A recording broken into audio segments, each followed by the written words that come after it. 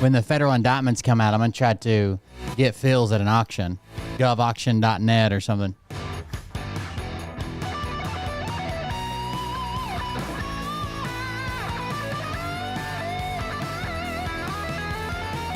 Considering Nick Alvera took him down like a year and a half ago, it should be any time now. He should be down.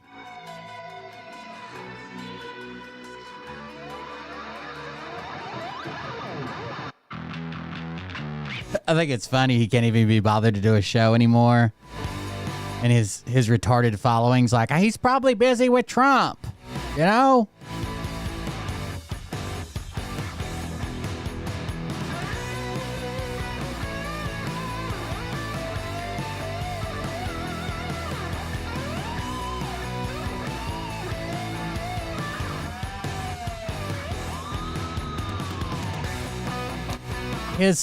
Nick's homoerotic vibe got me looking at men differently. I was in too deep.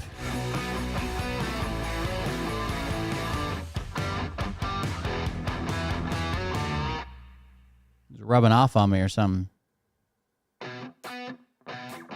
What you think about when you're born into a fire?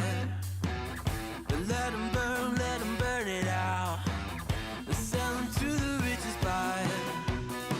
They wanna let the world decay. They tell us lies and fade away. I was behind enemy lines.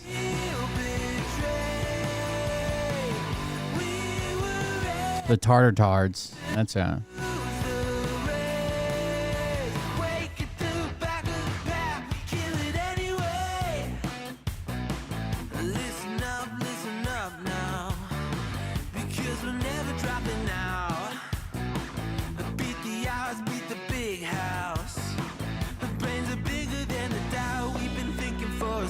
Never let the truth fade away.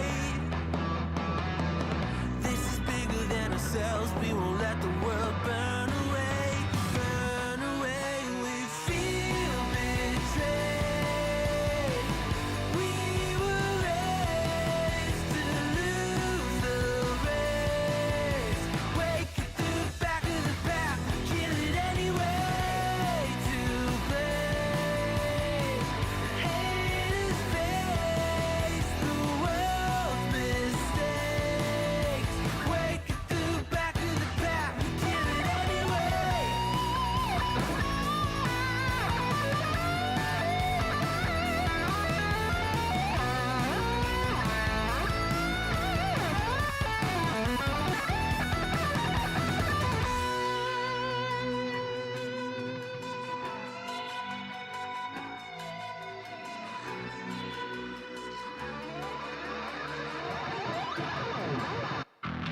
And we feel betrayed. We were raised Oh, some of to race. Birds people started following me on Rumble. That Twyana started following me. She's a big Burt head, I think.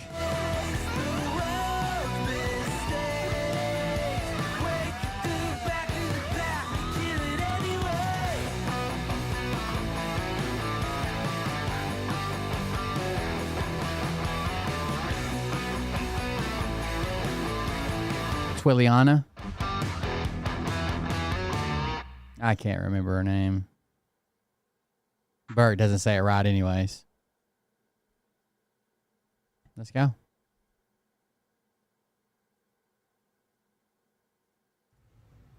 Hey Daddies, it's me, the Linda Binda from TikTok. I wanted to make this video because I wanted to thank you for watching Cold Beer Confessionals with Will Bird. I think that's just incredible. I've watched a few episodes and I'm just like very intrigued. But you know what I'm most intrigued in is Big Daddy's meat stick. I heard that it's very thick, like a good old German sausage. You know, Linda and her coochie loves that. Oh, never mind. Let's not go there. Anyways, I hope you have a good show and enjoy it as you can. There's a lot of weird things that go on, especially when it comes from the realm of Linda Bindaland. So, enjoy the show. Thanks for watching. Peace out. Welcome everyone. I'm Will Bird. This is the Cold Beer Confessional. Thank you for joining us. It doesn't really matter. I'll never be able to afford a fucking Tesla, but I would like to have one. I don't know why. I grew up poor. Maybe it's like a status thing. They look cool. I don't know. They're fast. I don't know. We had to see. Thank you guys for joining us. I'm Will Bird. This is the Cold Beer Confessional. I appreciate you guys coming out, hanging out with us tonight. A couple things we're going to go over tonight. Little to none of the show has to do with Tesla. Although I did see, well, I guess that's not true. Here's this. You guys remember the guy from All Gas No Brakes? He now does that Channel 5. Apparently he sold a big portion of that company to get like funding or something. Then he didn't like the direction it went in. So All Gas No Brakes is kind of dead, but he started the other channel. That was Channel 5 News. His name's Andrew, I think. He has been covering a Tesla boycott. So here you go. A lot of people are selling them and selling them cheap as well.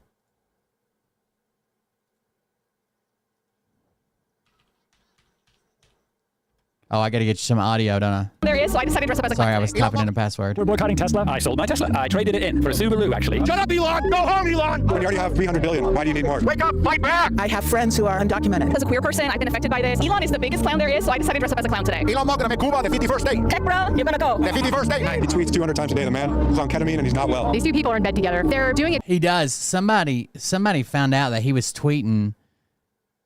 What it was like 106 times a day or some shit on average. Like, it was insane. To everybody, not just to each other. They're doing it to everybody. We're all part of this. It's horrible. They're gonna kill us first, but you're next! Fire Elon Musk and send him to Mars, where he belongs. What's up, everybody? We're back with a new Channel 5 breaking news special. As many of you guys know, the Trump administration has kicked things off into high gear, issuing 73 executive orders in the first month of the new presidency. Very important executive orders. Some of the executive orders are not that controversial, like creating a task force to disrupt the synthetic opioid supply chain in China, a declassification of the FBI files on the assassinations of JFK and MLK, and limiting the federal... I've always kind of viewed Andrew as a more right-wing person than left-wing, but government's ability to pressure social media companies into censoring their users. It really is a slippery slope. However, many of these executive orders are extremely polarizing and range from mass deportation orders to bans on paper straws to restoring the death penalty to preventing children from medically transitioning genders. There are only two genders, male and female. Trump has also established something called the Department of Government Efficiency, aka DOGE, which has the stated goal of auditing government agencies and cutting back on expenses. The checks never bounce to the federal government. Something that's resulted in the defunding of the Department of Education and the mass firings of federal employees like park rangers, baby formula testers, USAID workers, and other alleged bureaucrats.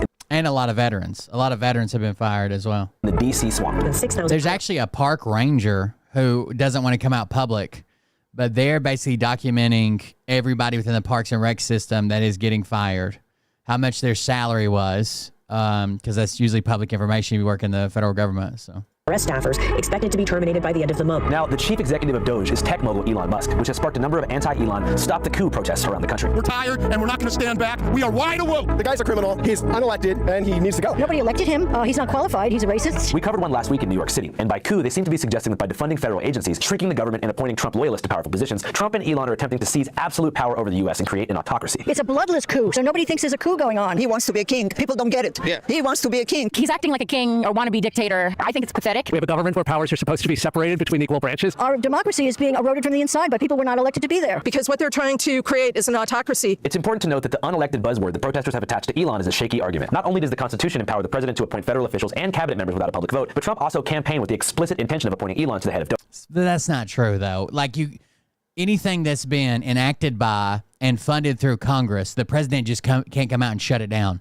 And effectively, that's what he's done, right? He told USAID workers just not to return to work. You don't have a job, even though that needs to go through Congress. Take over, Elon. Just take over. So those who voted for Trump, which is a majority of voters, also effectively voted for Elon. Anyways, while I was in New York City covering the Stop the Coup rally, there were similar protests breaking out on the West Coast. So I sent 2 correspondents into the field to check the temperature. 80-year-old women dressed as butterflies on traffic medians? Yeah. And these champs aren't good. In the city of Glendale, which is near Los Angeles, we had our friend Matt in the field. What's up? We're here in Glendale, the Americana. And at the Tesla showroom in Palo Alto, California, which is regarded to be the center of the Silicon Valley ecosystem, we have my homie Albie from San Francisco at a physical boycott of the Tesla showroom. What's up, guys? My name's Albie. I'm Andrew's homie from Frisco, but I'm here at the... I also think it would be nicer. There's a guy I follow on TikTok that does like secondhand, like used Teslas, right? Because nobody can technically own a Tesla dealership, right? Like Ford, Chevy, or whatever. You have like people or families or whatever that own. Like there's one close to me that was for years was like Sherwood Chevrolet, right? But all the Tesla dealerships are owned by Tesla. The Tesla showroom at Palo Alto. There's a protest going on, protesting Elon Musk, Doge, Tesla. Everybody's out here protesting Elon Musk, and yeah, so Channel 5 News. Let's see what people think. We are going to resist, and we're going to resist together, because nobody can tolerate this. We will not tolerate a deporter-in-chief. Enough was enough with the Sieg Heil, the heartfelt, autistic salute. So 4 weeks ago, just me and a friend stood outside the Service Center in Burbank, and the next day there was 4 of us. Last week, we came here and there was 30, and then this week it's just exploded. It does seem like it's growing. Here and across the country, there was like almost 100 here today, and they're all everywhere. Tesla burns to a crisp. That's the caption on this now viral video of the charred Model 3. And it's just growing, and Tesla stock is rapidly declining. New numbers from Tesla show its annual EV sales declined for the first time in more than a decade. The stock is crashing at the moment. You're watching it live. On the month, you're down to what, 23%? On the day, I think it's like 7 or 8% down. Oh, geez, now 8%, approaching 9% down. The organizers of the Glendale. Hold on just a second. I want to see what this dumb bitch is saying. Give me just a second. This is just the latest of Zelensky's actions to do this. Here is something that the political establishment and propaganda media don't want you to know. Ukraine's President Zelensky has just banned yet another political opposition party, one that questioned his legitimacy as president, and used Ukraine's Department of Justice to mandate the seizure of this party's members' assets. Now, this is just the latest of Zelensky's actions to do this sort of thing. He began banning major political opposition parties in 2022, when he also started banning TV channels that were associated with his political opponents, and he took over total control of Ukraine's largest television networks, now controlled by their government. Zelensky's presidential term ended on May 20th. He canceled elections in the name of martial law, suspending Ukraine's constitution so that he could stay in power. Wrong. It's in the Constitution that they can't have it. And their parliament has confirmed this, like with overwhelming support. But and defenders I of knew there'd be a lie. Ukraine is in the middle of a war. They can't have elections. Yes. Just stop for a moment and think. Actually, to be fair, the U.S. is probably one of the only nations that has elections even during a time of war. But we're also not very likely to be invaded, right? Like, it's not like I can't go vote because all of Middle and East Tennessee and the entire East Coast is, controlled by North Korea. If we accept that excuse or criteria for suspending the Constitution and canceling elections, then we should presume that leaders in our own country and our own establishment media will also use this same... Wrong. It's not in our Constitution. Right, it's a completely different country with different governing rules. Excuse and rationale when they suspend our Constitution and our rights, since we too are at war with Russia and China. If you think this sounds... We are at war with Russia and China. But I thought this must be an older video. She's a Russian puppet, but... crazy. Look at what's already going on. They've already started conditioning us to accept a dictatorship by rationalizing their own use of our Department of Justice to target President Trump and other political enemies in their efforts to stay in power. Yeah, it has to be an older video. Elon Musk just shared it, of course. It says, listen to this. You got to hear it. Anyways, back to the protest. Say it's more than just about Elon's political affiliation, and that Doge aside, he's genuinely mentally unfit to be running billion-dollar publicly traded companies. This guy's... No one is against an audit. Bring in an auditor. There's like every job has specialties. Like there are ways that forensic auditors just like look at like the pattern of you turning in receipts and can be more likely to find fraud, right? Like they do this for a living. Just bring in a company that's used to working with gigantic corporations and finding fraud. That's it. That's it. I would love for someone to go through Medicaid and Medicare for actual fraud. Not like, oh, well, your Uncle Joe gets it and we don't think he should get it, right? But like Rick Scott or any of the healthcare companies, the companies are defrauding Medicaid and Medicare constantly. Rick Scott oversaw the largest, Rick Scott from Florida, who is now sitting in Congress, oversaw like the largest Medicaid fraud to date. Medicare, Medicaid, it doesn't matter. To date. Ended up having to pay back billions of dollars for it. Those are the people that are defrauding Medicaid and Medicare. Supposedly runs the boring company, Tesla, SpaceX, Starlink, and he's tweeting 200 times a day and never sleeping and taking ketamine. He's just been radicalized. His politics have clearly shifted, and we've seen it happen with all our friends and loved ones. They go down the dark side, they go on QAnon, down the internet rabbit hole, and something just happens to them, and it's usually white dudes. Thank you. It's usually some white dude who got picked on when he was a kid. I was almost beaten to death with Coletti. I was not a happy childhood. Someone did a video. We might watch it in a minute. Someone did a video of his radicalization from going from completely left to completely right. And I think it has a lot to do with Joe Biden. So Joe Biden had a press conference where he said like the leading edge of the cutting edge of like electric vehicles is like Ford and Chevrolet, and he was there with like their CEOs or whatever. And then he had a electric vehicle summit and didn't invite Tesla. But Elon Musk even then was kind of a polarizing figure. Even though he supported Democrats, I guess, he claims he voted for Joe Biden. He was kind of a polarizing figure. I don't know if that's the person they wanted there, but it seems like he was turned off by that. And then his daughter comes out and makes a post against him about being trans or whatever. One of his kids is trans. Then he claims the woke mind virus got him. It was almost like he was ripe. I don't think he believes a lot of the misinformation, but he wanted to believe it so much it was perfect for him. Right place, right time to get fully indoctrinated, even though if he knows in the back of his mind that a lot of this isn't true. Do you think the Democrats are doing enough? Absolutely not. They went and stormed the Department of Education building, and one little skinny dude was stopping a whole mob of angry Democrats. It's pathetic. The stunt comes as President Trump is considering abolishing the department. Democrats do not know how to fight. That's literally my single mission. They know how to throw a punch, but when they take a punch back, they run away. And fighting is taking punches and getting bloody. It means our actual leaders need to get arrested, like John Lewis would have done. Congressman John Lewis and Charles Rangel were among those arrested during the march on the National Mall. The lawmakers were among the first arrested after refusing police orders to disperse. We need new leaders. All of our leadership of the Democratic Party, they're using 20th century tactics and we need somebody young and exciting. We need a lot of somebody's young and exciting that understand the internet. Messaging to fight against a battle troll destroying our country because of social media. All right, let's take a moment to talk about Elon Musk's radicalization that's being referenced in that interview, because I too have caught wind of the 10-year-old 4chan memes being. This is just, listen, I don't know why their love for Trump can't make them see this. If you were going in for surgery, would you be more concerned with having a successful surgery or your surgeon getting the most retweets?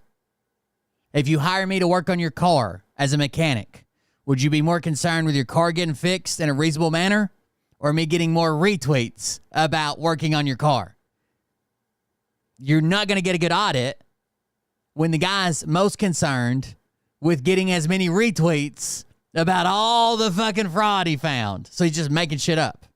Posted by Elon on X, and thought to myself, how the heck did that happen? Back in the day during the Obama era, I can remember when Elon Musk was a full-blown save the earth liberal and frequently secured massive government contracts from the Democrats, which he used to build eco-friendly cars and rockets. I have a Tesla. Yeah. Okay, I love it. Hell, it might be this video that breaks it down. He was even tweeting in support of trans rights just a few years ago and vocally criticizing Trump. Tweeting in support of trans rights. Let's go back and leave that. And he was a vocal critic of Trump. Then you will really hate that Tesla scored 100 out of 100 4 years in a row on LGBTQ equality. It says Tesla very proud to have crossed 100 for the fourth year in a row of LGBTQ equality. Thanks to everyone at Tesla for making LGBTQ inclusion an important part of our culture. Don't buy our car if that's a problem. People should be free to live their lives where their heart takes them, and shares a rainbow of hearts. And vocally criticizing Trump. He's not the right guy. He doesn't seem to have the sort of character that reflects well in the United States. But like so many Americans, both left and right, 2020 broke him. Within 5 years of voting for Brandon, Elon will be tweeting things like, oh, this might be it. He might be fixing to break it down right here. All the things that kind of seems like it led him ready for the propaganda machine. Not to mention he's got tons of money. He wants to do his own thing. He wants to hurt anybody that's investigating him, right? Hurt his competition, get more contracts, get more money, eliminate any type of legislation that holds him back from his rockets or his satellites or whatever. Pronouns suck, and I love Donald Trump as much as a straight man can love another. He called a judge today a conflict of interest. He's like, there's a huge conflict of interest. Like he's the embodiment of a conflict of interest. He shares a post that says, Judge McConnell, the federal judge blocking Trump's President Trump's spending freeze, has served 18 years on the board of a nonprofit that has received over $128 million in government funding during that time, over the last 18 years. Now, after his ruling to keep federal funds flowing, his nonprofit stands to receive millions more. Judge McConnell must recuse himself immediately. I don't even know if that's true, but he retweets it and says major conflict of interest. Like he is a conflict of interest. I don't understand how you could call anybody out for being a conflict of interest. Other man. So how did that happen? The way I see it, it all goes back to the first stage of the COVID pandemic, which gave birth to the anti-lockdown Freedom March movement, which Elon was quite fond of. And mostly, I think Elon was only fond of this because they shut down his Tesla factory. There wasn't a good solution for the Tesla factory because people are so close to each other. They have to be so many people there, and they didn't have enough room to be spaced out, right? I think he mostly jumped behind this, oh, the lockdowns are against the Constitution, blah, blah, blah, because he wanted to open the factory back. And he was in California, which is super restrictive.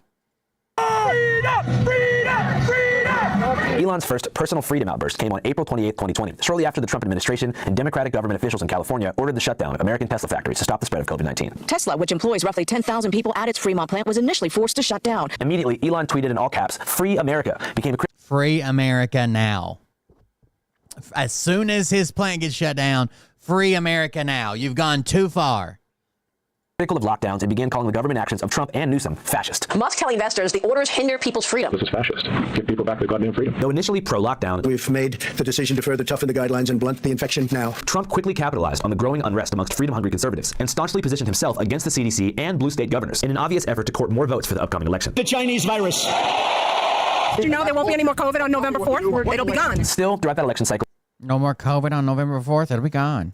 Elon stayed loyal to the Democrats and voted for Biden in 2020. Biden won. He says. Musk value of autonomous driving perhaps 5 times more than a normal car. Yes, I believe he won. And you voted for him. I did. But things really heated up between Biden and Elon in 2021 after Biden held an electric vehicle summit and took the stage with the CEOs of both Ford and General Motors. Didn't invite Tesla. Praising Ford and GM, and he wasn't invited, and this hurt him a lot. Like he mentioned it several times, like it personally hurt his feelings. Really heated up between Biden and Elon in 2021 after Biden held an electric vehicle summit and took the stage with the CEOs of both Ford and General Motors. Didn't invite Tesla. Praising them as the leaders of electric vehicles, despite the fact somebody says, how does Subaru not done better than Tesla with the Rainbow? I don't even know. I don't think lesbians exist if Subarus don't. I don't know. that at that point, Tesla had made 115,000 EVs in America, and General Motors had only made 26. He never mentions Tesla, and that's got to be getting under Elon's skin. You know, like Biden held this EV summit, didn't mention Tesla. They pull this thing like Trump says, like, oh, electric vehicles are great, but they're hardly anybody can afford them. They're wasteful. You can't get your chargers. Nobody wants to charge it. They just want gas, and you can't put it in a boat because sharks are like, they'll cut out a little window in their beliefs for somebody that believes the same way as them, right? But it's only like a small minority, blah, blah, blah, even though Elon obviously has a vested interest in everything going electric. But let him disagree with Trump once, and they'll be like, "Fuck your cars. We never trusted you." They always turn on whoever disagrees with Trump. Once and praised GM and Ford for leading the EV revolution. Biden never explicitly stated why Elon and Tesla were left out of the summit, but it likely wasn't about the mean tweets from the year before. Also invited to the summit and on stage was the UAW, or the United Auto Workers Union, the largest car manufacturer. I think this is one reason that Biden probably didn't have him at the summit. Tesla is the only auto manufacturer that has still resisted any type of unionization, right? And a lot of people have complained about their working conditions. Like, there's literally been people that go to the hospital from passing out at work. Union in America, who work every single day to make sure that auto workers get fair pensions and wages. They often did this through extreme Hell, it might as well be a Ferrari to me. and sacrifice, sometimes at the expense of spilled blood. Joe Biden is notably pro-union. I'm proud to be the first president to walk a picket line. And received large campaign donations from the Auto Workers Union, who'd recently tried and... Prius, yeah, they could have had a good run for the lesbians. I don't know. Something about the old meat wallet in a Subaru Legacy. Failed to unionize Tesla workers. The United Auto Workers Union, or UAW, alleged that Tesla fired a worker for attempting to form a union. Because of the company's immediate termination policy. Not only are they not union, they're anti-union, right? Union busting. We heard this on that phone call, which was probably illegal, that him and Trump were talking about, where he's like, as soon as they talk about unions, you just fire everybody. Like this, or not a phone call. It was like, Trump was on the phone, but it was a Twitter space. Policy. Tesla is the only major auto manufacturer in the U.S. not represented by a single union, and their workers are paid significantly less than other rival car manufacturers, despite having reported unsafe workplace conditions on a consistent basis for the past 4 years. Tesla factory workers in California are working so hard they're passing out on the production line. Tesla employees say they were worked to exhaustion. Former Tesla workers sued the company. Approximately 50 workers were not adequately protected from excessive heat. Inspectors found workers were exposed to hexavalent. I couldn't. I mean, it'd be horrible working in a factory when the heat is getting so hot, you're fucking passing out. Like that's pretty fucking extreme, right? I've passed out from heat exhaustion before, but not like my daily job working in a factory, and I have to try to do that every fucking day. Chromium. He's always had a record of abusing. The other thing that I paused you didn't hear was potentially exposed to hexavalent chromium, like a toxic chemical. Workers. There are labor claims against him at the factory in Milpitas for excessive heat and putting workers into dangerous conditions. Yet without the ability to unionize and demand fair wages and conditions, these complaints have mostly died in the courts or fallen on deaf ears at Tesla corporate. Elon has said that his anti-union stance isn't about making more money for himself, but actually because unions kind of kill the vibe. And I think imagine that being the argument. Like, I'm not against unions because they would take some money out of my pocket. They just kind of suck, you know? Nobody wants to party with a union. Nobody thinks the union is I am meme. I am become meme. Or fallen on deaf ears at Tesla corporate. Elon has said that his anti-union stance isn't about making more money for himself, but actually because unions kind of kill the vibe. And I think the unions naturally try to create negativity in a company and create a sort of lords and peasants situation. Anyways. Unions create negativity in a company and create a lords and peasants scenario. After being snubbed at the summit, Elon was pissed. So you were pissed. And around this exact time, 2 more things happened in Elon's personal life that made things even worse. First, he separated with his then partner, Grimes. She is very liberal. She is very, very liberal. Which maybe he just piggybacked off her views, right? To keep her happy, or I guess it's the company you keep as well, right? We see this a lot of times with people that fall down the alt-right pipeline. Like, they either take their friends with them or they get a new set of friends. A visually liberal lady with whom he has multiple children. Elon Musk and Grimes have publicly announced their separation, and simultaneously one of his kids came out as transgender, changed their name, and denounced their dad. Vivian cut ties with Elon in 2022. I understand your new angle as the Western values Christian family man, sorry. I understand your new angle is the Western values Christian family man thing, but it's such a weird choice. You are not a family man. You are a serial adulterer who won't stop fucking lying about your own children. You're not a Christian. As far as I'm aware, you've never stepped foot in a church. You are not some bastion of equality and progress. You called Arabic the language of the enemy when I was 6. Have been sued for discrimination multiple times and are from apartheid South Africa. After filing a petition to change her name due to her gender identity and her severed relationship with her father. So my son Xavier is dead, killed by the woke white virus. I no longer live with or wish to. My son is dead. killed by the woke mind virus. Be related to my biological father in any way, shape, or form. I can't imagine what that would be like. If we were to look at Elon's conservative radicalization through the unmet core needs theory that I laid out in our recently premiered documentary, Dear Kelly, it's safe. So he did a documentary on a J6er that really found down the rabbit hole. And he said the 3 core tenets of those are the needs they get filled from these like cultive type people.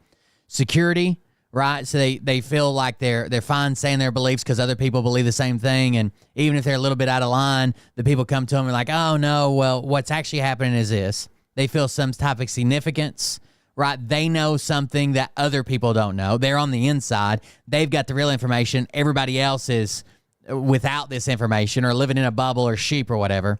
And then they form a connection. We've seen it in these Telegram groups where they're like telling everything about their life and talking shit about their husband who isn't on Telegram and their kids, like way oversharing when they feel like they have a genuine connection. They treat it like their new family because their other family think they're crazy. Dear Kelly, it's safe to say that through the collapse of his family and government backing, he lost his security. Through the loss of his status as the Democrat-backed tech. Am I safe? Starling, his significance. And through the do I matter? Estrangement of his Am I loved? Connection. It was after this that Elon entered a traumatic fight or flight state in 2021, and he chose to fight, which allowed conservatives and conservative media channels to gradually groom him over the course of 4 years into what he is today, which is a prideful person with a chip on his shoulder. Anyways, the anti-auto union, I think it would be a bad look if you invited GM, Ford, whoever else, the UAW representatives, and then you invited Tesla. Biden knew he would catch flack for that, right? Hopelessly stuck in the third stage. By the way, I don't know if you hold Tesla stock, but first of all, it's going down. Second of all, it is way overvalued.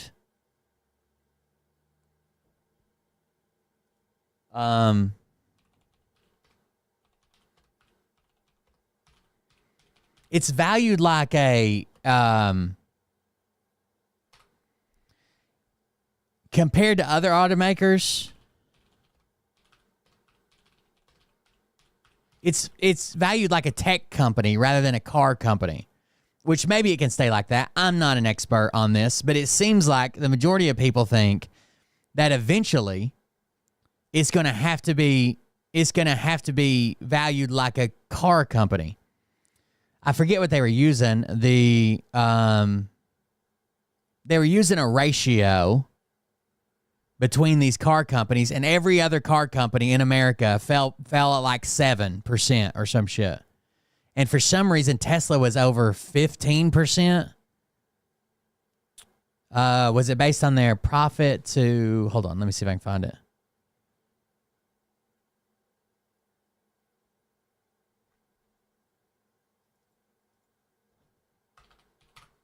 And it seems like they're going to have to eventually be valued like not like a tech company, right? Not like a proprietary software, an algorithm like fucking Twitter or Facebook or some shit like that. And I understand the hype originally when they were kind of way ahead when they started going full on in and like superchargers and the supercharger network. But now the other companies are catching up.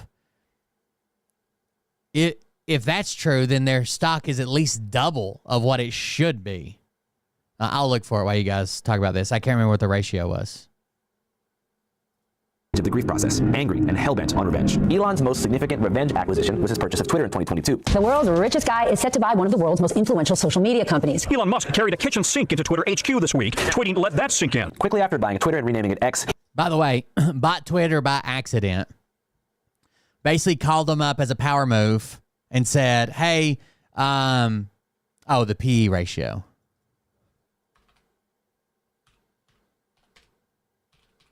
He's like, hey, I'll give you this much for Twitter right now to save free speech. They're like, I don't know if the board will agree on that. And he's like, whatever, I'm a meme, right? Then they called him back like a week later and they're like, hey, you entered a verbally binding contract and we're ready to accept your offer. And he's like, what? It's more than the company's worth. They're like, sorry, you said it. We got to take you to court. And they did. And he ended up having to buy it. He used his own account to elevate the narratives of conservative reactionaries who were delighted to have the richest man in the world not only buying, but spreading the same bullshit they've been pushing for 4 years. Still, for all...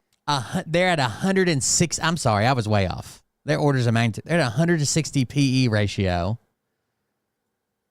So let's do this. Tesla PE ratio versus other.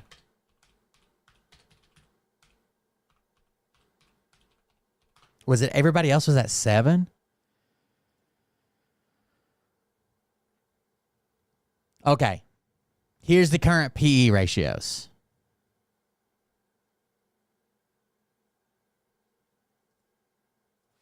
Hold on, let me see. Are all these automakers?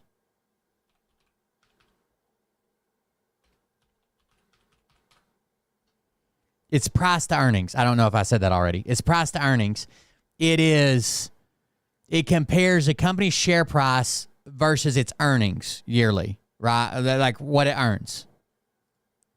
So let's talk about some of the companies. Volkswagen, 3.7. BMW, 4.8. Hyundai, 3.7. Toyota, 9.1. Honda, 7.4. Subaru, 7.9. Ford, 6.1. GM, 6.6. Tesla, 83.5. Maybe even 10 times overpriced. All these other companies, besides like Ferrari, okay, Ferrari is and you know you buy Ferrari like as a status symbol. It's not like a daily driver. You buy like a car company, and that's what Tesla. That's the market Tesla needs. They've got high end stuff. They need to have more that everybody can buy. Like you work like a corporate job, you can still afford one. But even Ferrari's only at 66 PE ratio, and Tesla's at 83.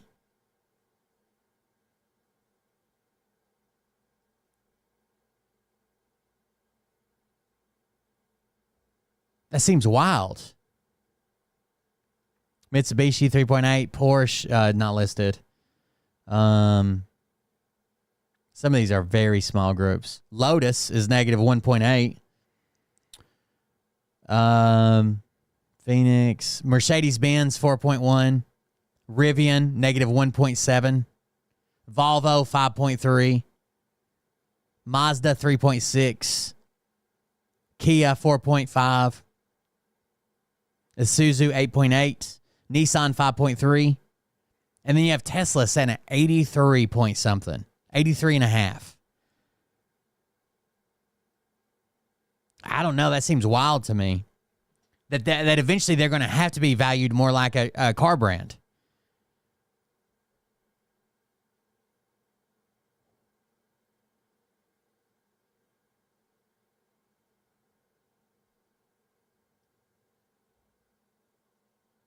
I don't know. All of 2023 and most of 2024, Elon was red-pilled, but not fully a Trump guy. He actually backed Florida Governor Ron DeSantis for president. Elon Musk tipping his hat toward Florida Governor Ron DeSantis to be the next president of the United States. But when it turned out that DeSantis wouldn't really be the right guy, he was all Trump, kind of. It wasn't until the Butler, Pennsylvania incident when someone tried to kill Donald Trump that Elon said, I want to fight beside him too. And he... All right, so as soon as this happened, I think a lot of people said at the time, I even said it, this has probably sealed the election for him, right? He's going to have people come out and say, they're trying to kill him. We got to vote for him. He took a bullet for America. Like a lot of people said this at the time. I didn't want to believe it, but I said it. And this is when Elon Musk jumps full on board, 125 million or whatever you fucking put in. He kicked off his endorsement initially $20 million donation to the Trump campaign. Elon 120 million is now Trump's second biggest financial backer. To be fair, the investment was two-sided. After Election Day, Tesla's stock shot up over 80%, though after missing European sales targets and the growth of nationwide boycotts in the U.S., it started to crash back down to earth, which brings... So Tesla is back down. If we look at it on the year, it's still up, I think. I just did this earlier. If we look at it, it's down on the 1 day, it's down on the 5 day, it's down on the 1 month. It's up on the 6 month and up year. Oh, I'm sorry. It's down year to date. It's up on the 6 month. On 6 month, it's plus 30%. But on the year to date, it's down 25%.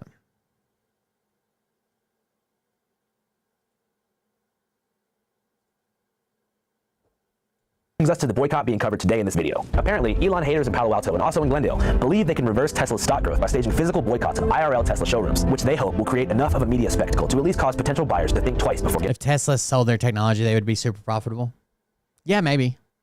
A Tesla. We're just making this point in front of a Tesla dealership and calling on the American people to stop buying Tesla. Let's boycott Tesla until we fix this. This guy's a human butterfly. This problem. I'm only focusing on Tesla and Musk because I feel like marching outside the White House or Trump, he's Teflon Don. So we're going after Musk because it's a soft target, because he's sensitive and susceptible and he lashes out. And if we can decline his stock price, he has no wealth and then he loses his power. Anybody who has a Tesla, sell it. Yeah. Sell it immediately and sell it for the low. I think every other car company in the world is getting closer to having Tesla level technology in their electric vehicles. So the longer they hold on to it, the less valuable it becomes. Dollar that you can, and if it's a relatively new car, that'll prevent another one from being made. Don't buy Teslas. And if you have a Tesla, sell your Tesla. And if you have neighbors who have Teslas, tell them to sell their Teslas. Because Tesla's the public face of Elon Musk, who is the public face of fascism. If I had one, I'd sell it. I would be too embarrassed to drive it. If Elon didn't own Tesla, would you like the cars itself? I don't care. Are you kidding? That, whatever it is, it's bizarre. I don't think they're the best EVs on the market. I don't think anyone thinks that. Whether or not it's driver error, they're the most dangerous cars on the road, so take what you will from that. New video of a dramatic That was that huge pileup that was caused by Tesla. crash on the Bay Bridge. Safety concerns aside, It just fucking stopped randomly. There's nothing in front of it. There's nothing going. I don't know. We can go back and watch it, but Everyone thinks that. Whether or not it's driver error, they're the most dangerous cars on the road. I mean, there's not a bag in the road. There's not a car there. There's not a person, a fucking shadow. There's nothing. So take what you will from that. New video of a dramatic crash on the Bay Bridge. safety concerns aside, the protesters believe the boycott will be successful, so long as they can create a direct correlation between owning and driving a Tesla and supporting the new Trump regime. The fact is that none of the Tesla dealerships are locally owned. All of them are corporate owned. So the money that you spend at this dealership in Palo Alto goes to Musk. Quit funding Republican corporations. It's really easy. Quit buying Wisconsin cheese. Quit shopping at Target. Those are all things we can do. Quit doing Amazon. If we don't give them the money, then they can't do their horror to us. And there's an Indian philosophy. Everybody has two wolves inside of them. Yeah. And the child asks which one. Well, it depends on what tech you're talking about. You're talking about their batteries. You're talking about their charging systems. You're talking about their self-driving. It depends on what tech you're talking about. I think self-driving is probably going to be solved by like third-party companies before there's just massive investment in that right now to outfit all these cars like Waymo and all that shit.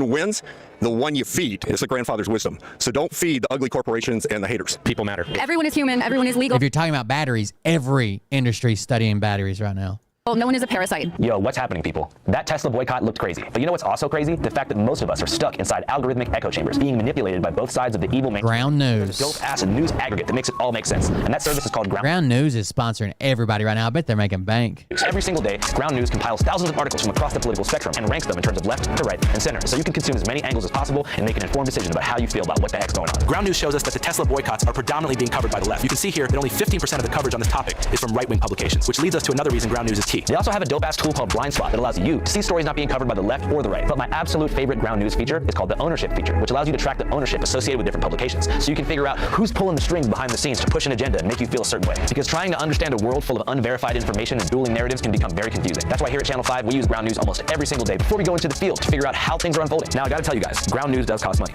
As it should. It's the best in the business. But what if I told you that right now, with my link or this QR code, you can get a whopping 40% off their annual Vantage subscription, bringing the cost down to below $5 per month. So if you want to check it out, go to www.ground.news/channel5. I believe in what they're doing, and you should too. All right, guys, back to the streets of Palo Alto. Okay. From the California interview footage that the topic of illegal immigration and mass deportation was much more of a talking point than it was in New York. After all, 1 in 10 workers in California are currently undocumented. And in the manufacturing and agricultural sector, that number is probably much higher. I'm just worried about the future. I have friends who work in various businesses, are really good people who might not have a legal status in this country, and it's just, what's going to happen to them. I have friends who are undocumented. Yeah.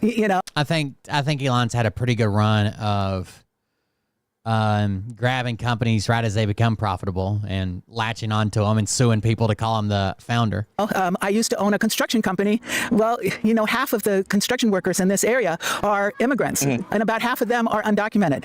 We could not have built the buildings we built, like the Monterey Bay Aquarium, Facebook, could not have happened if we didn't have those immigrant workers. I have family members who are from Mexico who have been affected by the immigration policies. Some of my coworkers are undocumented. My son is going to be attending college next year, and he has a disability, so we're applying for financial aid right now that I feel like might not be there. when the time comes. At stake are resources and support for more than 7 million students with disabilities who depend on the agency to ensure access to a free public education. I also have a son who has autism, and I think that a reworking of everything to stop on federal funding is just crazy. It just doesn't make any sense, and it's hurting the country. The strength of a country is shown by how much they protect the rights and the freedoms and the needs of the most vulnerable. And Musk and Trump are dismantling all of that. We are also a queer family, and I worry about my children's safety and future and rights, that their rights will slowly but surely be stripped away. I think they will not stop with it. Do not buy a swastika car. They will keep going towards the most vulnerable who don't fit the mold. Wake up. It's happening way too fast. And if you don't stand up and protect other groups, you're going to be next. It took Hitler a year from January of 33 till May of 33 to come after the gypsies, which are brown people and migrated and did labor work. 33, 34, 35, 36, unionists, socialists, trans, and gays. And then in 37, they came after the Jews, Night of the Broken Glass. So that's the progression that we're going. I don't know. They sell cars in the China market, but they also export quite a few from there. It's called the Giga Factory. And they also have a battery factory there, don't they? Or a battery plant? Right now. And, the Jews didn't stand up for people at the beginning. They were making money. They were industrialists. But they turned on the Jews finally. So if you think you're immune and you can just sit it out, you're going to get caught sooner or later. This is about standing up for our rights. And even though Trump probably thinks how well does Tesla sell in China? Many of the protesters also believe that the mainstream conservative media machine is complicit in this coup as well, in the way that it's hypnotized the masses away from progressive politics. It said they had record highs in China. I Googled it. I don't know, but it says they have record highs in China in 2024. Making China one of Tesla's biggest markets globally. However, now they are facing increasing competition from domestic Chinese electric vehicle manufacturers like BYD, which someone put in chat earlier. Gradually grooming them into worshiping billionaires and falling for overblown culture war distractions. What do you make on the attack on DEI? I think it's a really easy way for basically a larger ownership, class to say, hey, don't pay attention to the fact that your groceries are doubling in price every year. Don't pay attention to the fact that nobody can buy a house. Just pay attention. Right, it's buzzwords, woke, DEI. It's a conversation-ending buzzword, right? That's woke. That's DEI. The fact that trans people are scary to you, and DEI is a fun buzzword. The Republican and right-wing propaganda machine is incredibly strong, and people who otherwise they're just not engaged, and people they've got multiple jobs, they're just too bogged down to pay attention to things, to learn about things, and systems keep them uneducated, just oppressed in various ways. That when you come home from like a triple shift, what are you going to do? Like go online and read about stuff? No, you've got so much more stuff to take care of. So I don't blame anybody for getting into like the right-wing hole, but it's like we'll see how good the propaganda machine is for the next few years. So you support Elon Musk? Yes. Okay, what do you like about Elon Musk? Everything is a smart guy. He's helping us to figure out what's going on in the government. Do you believe he's making the government more efficient? I hope he does. We'll find out sooner or later. They probably genuinely are finding some inefficiencies and some corruptions that everybody could agree on, but I think they're also saying things are fraud that are just valuable services being rebranded as waste. I understand all that stuff, but the truth takes time for it to come out. We hear all these negative stories, they're cutting this, laying off. Who do you think is costing Medicaid and Medicare more? I don't know if you guys have ever applied for these programs, but they're incredibly hard to get into. If you make hardly any income, you're not qualified for a lot of them. But do you think it's more people that shouldn't be on it, like Harshberger said, the able-bodied people that need to go work and get on Obamacare, or do you think it's like hospital and hospital groups that are overcharging by billions, or Pfizer and Big Pharma that were basically forcing drugs on providers for huge kickbacks in the billions? How long would it take 100 people that aren't supposed to be on Medicaid or Medicare to rack up $2 billion in fraudulent claims compared to drug companies that just had to pay out $2 billion a couple years ago? Like, Jesus fucking Christ. People, this, that, but eventually the truth will come out. Do you think Donald Trump has our best interest in mind? I hope so. Me too. Yeah. Look, he's been in the office for 1 month, and he's being bombarded with all this negative media. People have to give him some time, chance. America spoke, right? He won all the swing states. He won the popular vote. I have to give him a benefit. About record low turnout. Of the doubt, and only time will tell if he's good for this country or he's bad for this country. President Trump says some of the money apparently saved by the Department of Government Efficiency's cost-cutting efforts could be given back to Americans as... Okay, you guys know this. This isn't happening. They haven't saved enough to even give us all $100 yet. Where are you going to spend your $13 check? I don't know. Stimulus checks. Last week, Trump said the administration is considering giving 20% of those... It's called a somebody coined this in their book.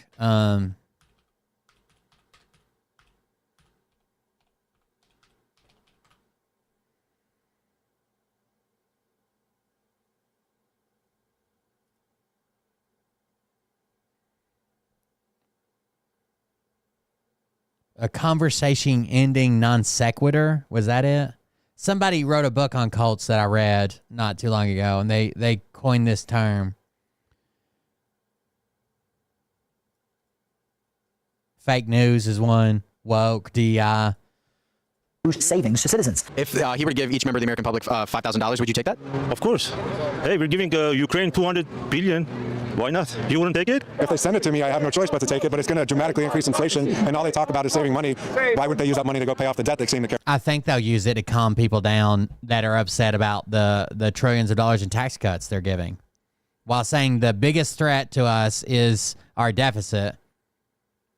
But we also got to give these people all these tax cuts because, you know, a rich billionaire's got to eat too, guys. Come on. So much about it. It's graft. It's trying to bribe people with money while they pick your pocket in the front and they take all your money. All right, guys, this is Albie. We just finished checking out the Elon Musk protest. Let us know what you guys think in the comment section. Channel 5 News, we out, baby. Channel 5 Live, worldwide, Hollywood and live. Fuck the authority. Channel 5 News. Channel 55. There you go. Channel 5 News. Thank you for the update. Apparently there's protests going on at the Tesla factories. So there you go.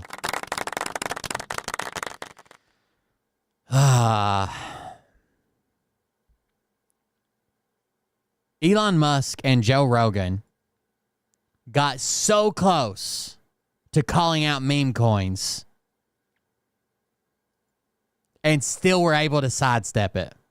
Still, somehow, were able to sidestep the entire thing. Okay? They are so close to talking about how illegal meme coins should fucking be. And then Elon Musk is like, well, the whole government's a Ponzi scheme. Well, you were this close. You were this fucking... Well, the whole government's a Ponzi scheme. And that's it. Here is CoffeeZilla talking about it. Pump and dumps. Why are they legal? Today, Elon Musk and Joe Rogan are going to tell us the answer. The whole meme coin thing is bananas. Yeah. It is so bananas that people dump real money into these coins, and then you could just pump them up and sell them. A casino or something, I don't know. Yeah, it's totally gambling. I see this comparison a lot, guys. Yeah. It's not a casino. A casino's regulated. A casino's inspected all the time. It's gambling in the way you don't know if you're going to win or lose, but it's not really like a casino where there are predetermined odds. This is a rigged game, much more in the likes of something like penny stocks, right? There were a bunch of boiler rooms back in the early 90s, thousands, where people would call you and they go, hey, I got this hot stock, you got to get in, you got to get. And all these people, they would tout these kind of little penny stocks. You'd buy in thinking, oh, I'm going to make money, and of course, you lost a bunch of money. That's not the same thing as gambling, and meme coins are the same way. They're promoted. People buy in, not fully understanding who's got all the supply, who's scamming them on the back end, and they're told that these are legitimate operations. So I just want to be clear, like, yes, it's gambling in the way you don't know if you're going to win or lose. It's not gambling in the way of the pump and dump part is completely different. Yeah. Musical chairs and whoever's like the last to sit down loses type of thing. And somehow or another it's still legal. Yeah, why? Like, that's I think not too many people. I mean, I like that he's scratching his head like, how do And somehow it's still legal. How are you going to fucking spin this? I justify the U.S. government thinking this is cool to just allow more scams? The constant answer, by the way, this is what Malay said. Nobody actually invests in these things, right? Yeah, there were billions of dollars that flew into Trump coin, but nobody actually, I mean, not even that many. There's not, who even, it's just a casino. The cope is unreal. Well, that didn't last long. Serious money flowing into meme coins. You can, say, make all the comparisons you want, but to say, oh, there's not that many. No, there are a lot of people. The Trump meme coin brought in 192,000 brand new people into crypto that were not in it previously. Somehow or another it's still legal. Like that's I think not too many people. I mean, it's sort of like you go to the casino. Like if you expect to win at the casino, you're being a fool. Okay? Right. So I think if you expect to win at meme coins, you're being foolish. Yeah. But casinos are regulated heavily. Anybody can do a pump and dump. There's little websites dedicated to like pump and dumps. Now this is true. If you think you're going to win at meme coins, that is foolish. It's just odd to me that we're trying to make as many of these mechanisms as possible. Like, look, everyone knows the lottery is a loser game. We also know it's a de facto tax on the poor because it's disproportionately the poor who engage in the lottery because they're looking for a way out. They're desperate. And so they play these types of games.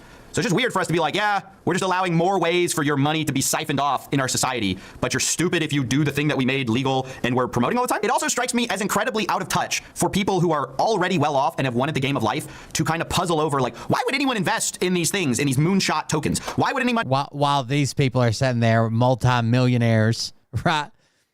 Well, I don't even see why people would do this. That sounds silly. Why would you put all the money you had into a meme coin, hoping to strike it rich because they can't afford to live? You know, right? Put money into these dumb, like, basically scams. And the answer is because they are desperate, right? It is because they don't have, security, and they're like looking for basically a get-rich-quick scheme because they're not rich. And so people who are rich often go, what dumb people? I cannot understand why people would put money into this stuff. And it's like, yeah, because you're not in the situation. They're like looking up a mountain and they're going, how do I get up here? And then there's this guy promising a way out, and they're thinking to themselves, well, maybe, I don't know. Also, by the way, there also is a trend of financial nihilism, which says, and is encouraged by certain like powerful people, which goes, hey, the game is rigged against you anyways, so don't even bother engaging with like serious investments. You might as well roll the dice on a meme coin. So while it is easy to like scoff at people who put their money into this stuff, we have to remember who is putting their money into this stuff. It is not the Joe Rogans of the world and the Elon Musks who are going to lose everything on meme coins. It is precisely the most desperate and most vulnerable people who are going to, and the most greedy. Okay, we can't forget there are lots of greedy people out there who are going to lose money, but there are a lot of vulnerable people who just fall into this stuff because they're looking for a way out. Yeah.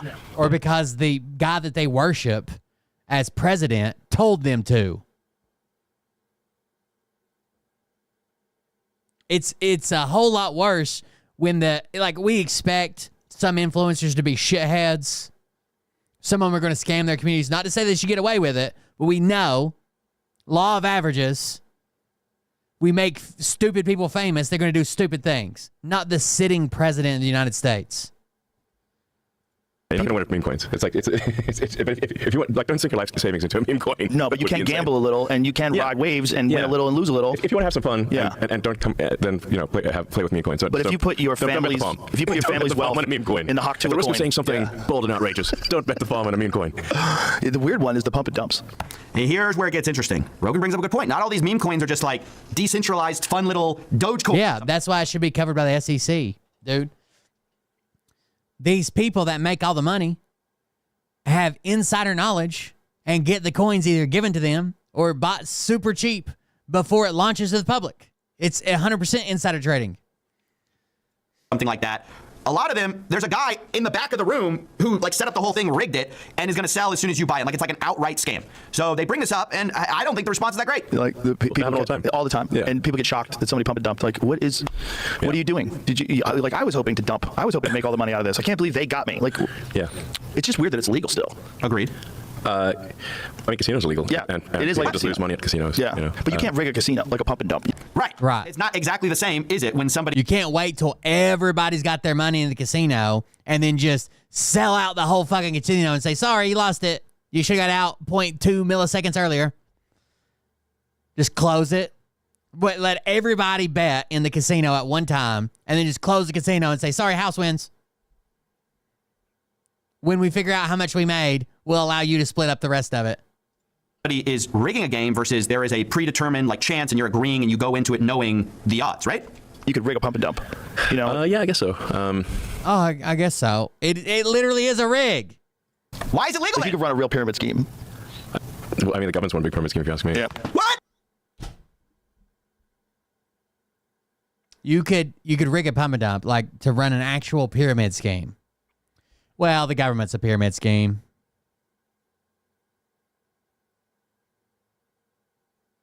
I wonder why he won't come out against meme coins.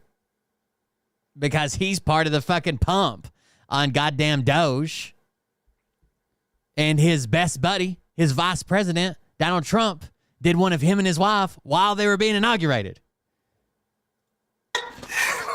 What kind of answer is this? Hey, we're now allowed, by the way, they say it's still legal. Actually, pump and dumps weren't legal. They've kind of never been legal, and now we're making them de facto legal because we're not going to prosecute anyone. So this whole idea of like, why is it still legal? No, it sort of just became completely legal. And so now they're talking. It's illegal.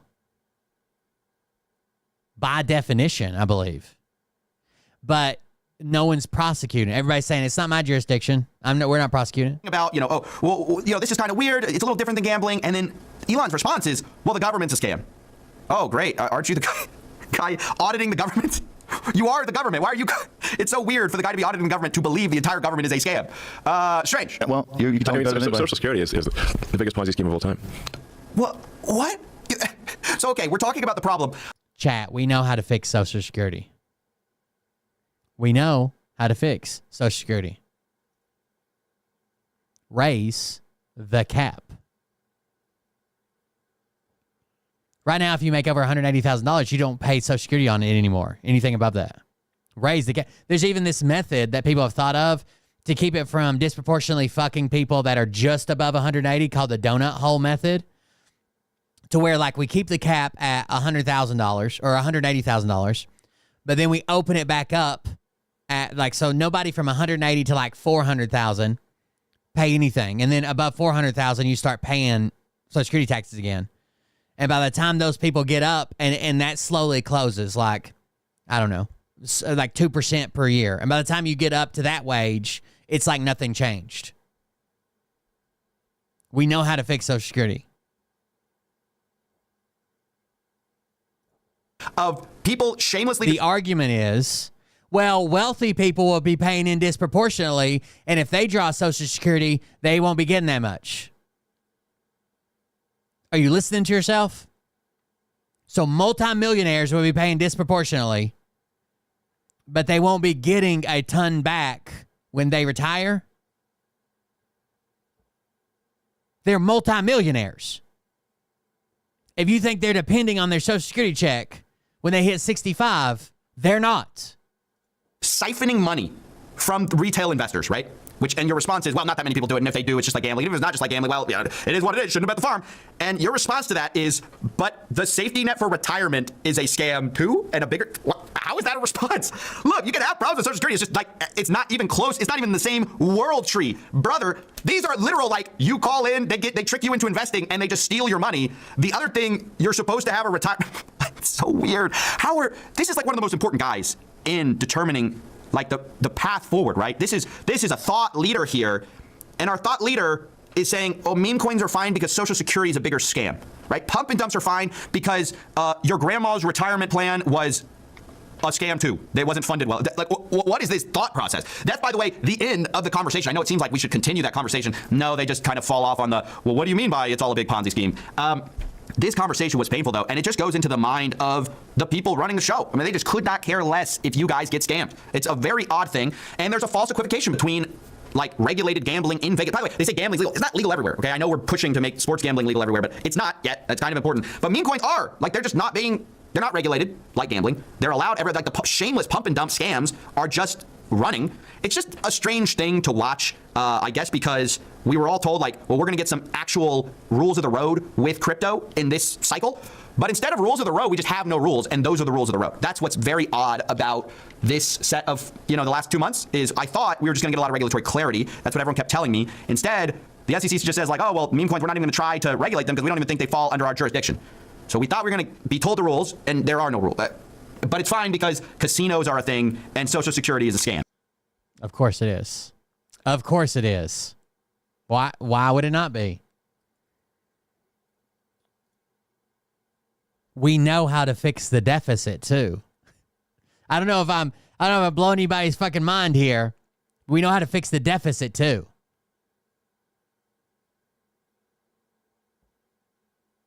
It's taxing people at a rate that covers the deficit.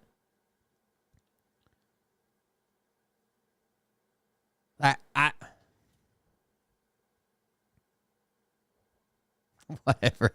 Dude, it's so crazy. Well, I have chickens in my backyard. Sean started that. Yes. And yesterday I went out. They just started laying. And yesterday I got 5 eggs. I guess my question, if you could make it just really quick because I'm out of time, is part of the solution more small farms? Because when avian flu hits and you have... There you go. Just get chicken. You're tired of high egg prices?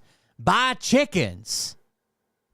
These giant industrial farms and these chickens, which I don't think the eggs are as good anyway, is part of it just investing in smaller farms, encouraging that? I think the silver lining in all of this is how do we, in our backyards, we've got chickens too in our backyard, how do we solve for something like this? And people are sort of looking around thinking, wow, well, maybe I could get a chicken in my backyard. And it's awesome. I agree with you.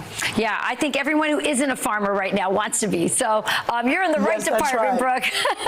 I am. What a blessing. Thank you. Well, I have chickens. I think you're in the right department at the Secretary of Agriculture. Everybody just become chicken farmers. You finally figured it out. Thank you for that.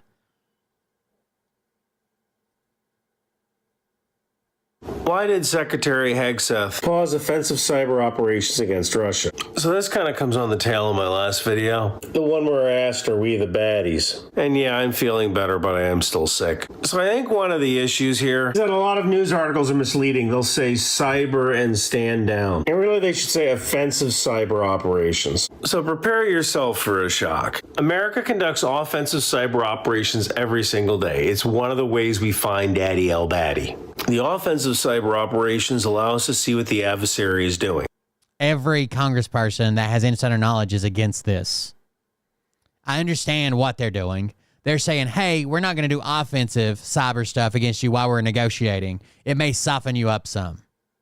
Now, what this doesn't mean that civilian agencies have stopped any kind of operations. This is just... Oh, so civilian agencies are still going to stay on top of Russia. That's the argument?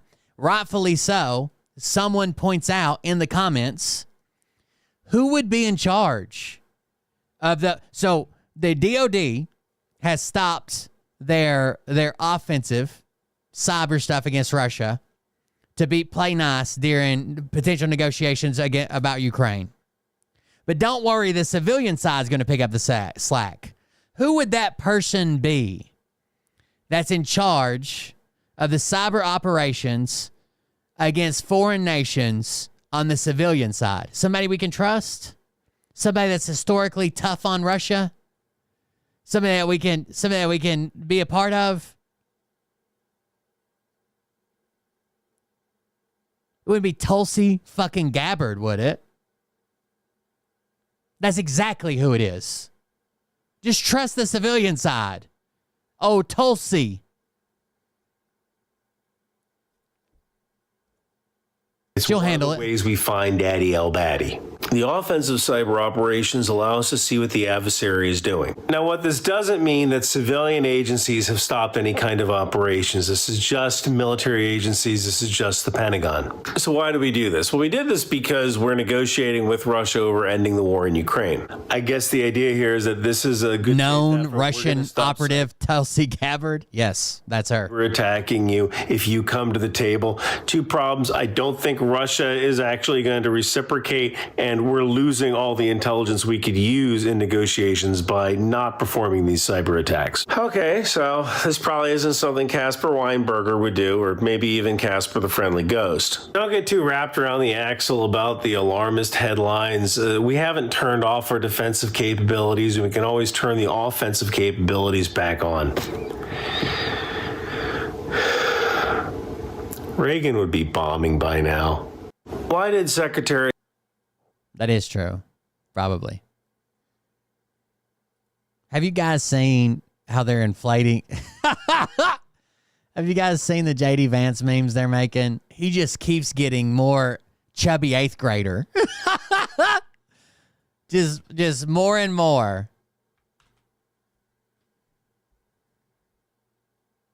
Why wouldn't mommy choose me over the pills? I don't know. My mom was part of the opioid epidemic. Yeah, she was a fucking nurse stealing them from work. No Mexican was selling her pills, dude. The pills didn't come across the border. They came from a locked medicine cabinet that she picked the lock to.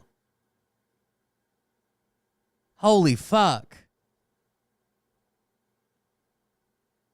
Your boy Hassan got banned. Hassan got banned on Twitch. We don't know how long the ban is. Twitch typically doesn't announce things like this. But he is currently on a banned period for a pretty hot take, dude. A pretty fucking hot take. And it's not the first of these hot takes. He basically said, remember how I was talking about Rick Scott earlier and his Medicaid scheme? He basically said, if you want to stop Medicaid fraud, you should unalive sitting Congressman Rick Scott. And then it took Twitch over a week to decide if they should ban him or not.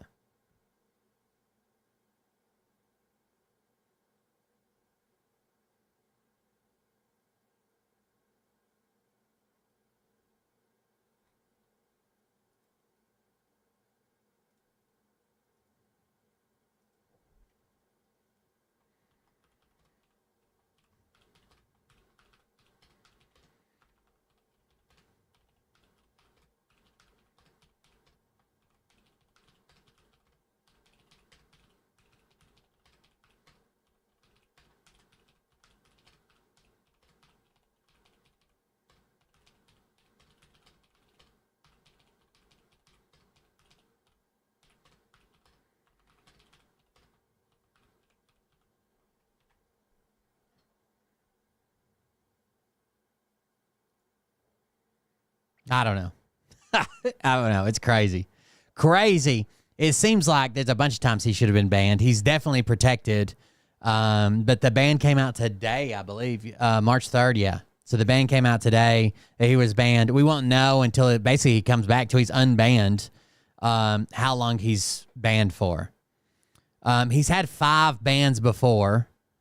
You can follow this at streamer bans.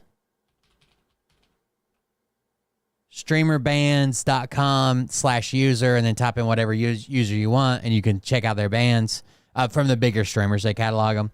So he was banned once, unbanned after a day, banned once, unbanned after 7 days, banned once, unbanned after 7 days, banned once in 2019, unbanned after a few seconds. So the longest ban he's ever had was 7 days. His last ban was from about 12 hours ago. So there you go. Total of 5 bans. He is their darling child, though. Like the CEO comes out and talks about how much he loves him and shit. So it's hard to say. If the shit he said about Jewish people hasn't gotten him banned for hate speech, I very seriously doubt that this is going to be a very long ban.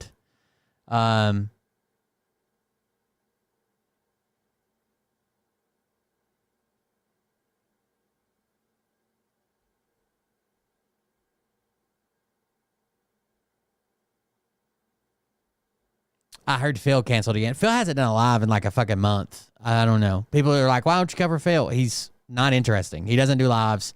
He claims that Trump is fucking text messaging him. And that's about all I've got from that. I saw a Destiny video that I didn't get to watch. And it had this thumbnail. That's the reason I was going to watch it. It had this thumbnail. And it basically said, like, this YouTuber destroyed his career and something. And it's got Destiny with cornrows.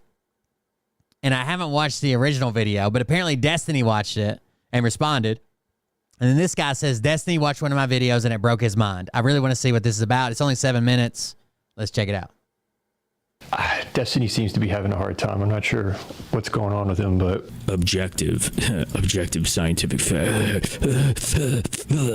But here it is. Destiny really is bothered by my approach to this stuff. Neil's position was the only reason we even care about this men or women's thing is because of who's playing on what sports teams. And then Warren's like, well, the concern here is whether or not somebody's registered with it. Yes, correct. That's literally what Neil just said. No, Neil was saying that we only care because we separate sports, and he's going to make the argument that we shouldn't separate sports by gender. It should be through hormone levels. He's laying out his position here. This only matters because today we segregate nearly all sports by gender. Yes. He's replayed this portion 3 times. It's like, if you keep going, Dustin, you'll see where we're trying to get. And the problem is that when someone's rights trample the rights of others, what is unresolved here is what you do with sports. He besides classic argument of the future of sports is through hormonal levels, and those who fall within not male and female sports. I've tried to think of what the future of sports would be in the world of gender spectrum, and it may be you don't specify whether it's a male or female sport. You just take measurements of what your hormonal balances are. Kids face there, he's kind of like, okay, that's some problems here, but we need to talk about the education of children and teaching children about science. Right now, children are being taught. Like, why not respond? Like, there's even good substantive responses there. Like, just taking a hormone level isn't going to accurately capture all of the different advantages that men might have in sports. That's not what I'm trying to do in this video. I'm analyzing the moves that are being made in the game.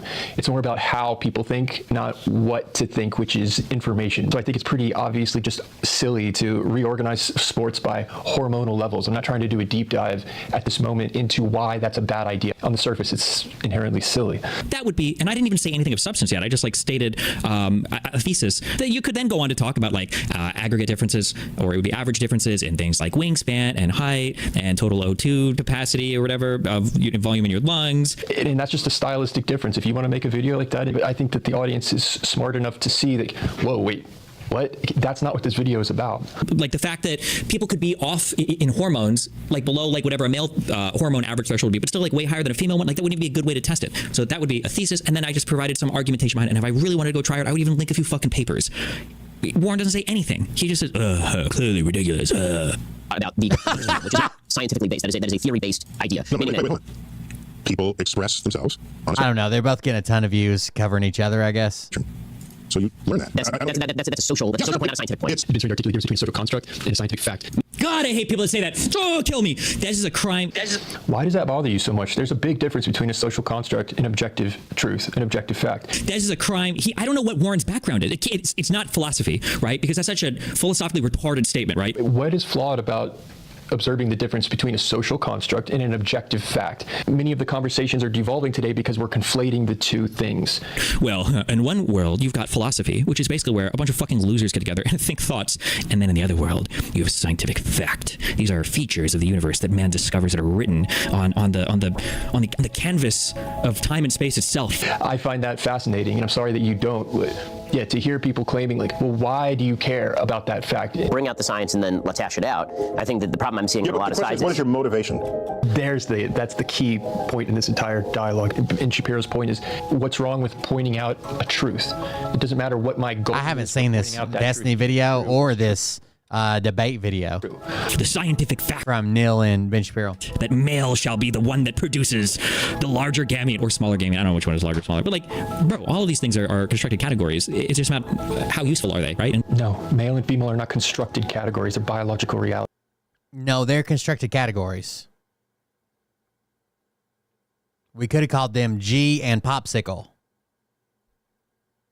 Every human language. We decided to call males this group of people.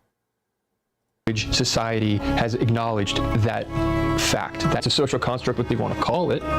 But there are unless you're born with this knowledge, or you can somehow discover it through scientific research, like, I don't know.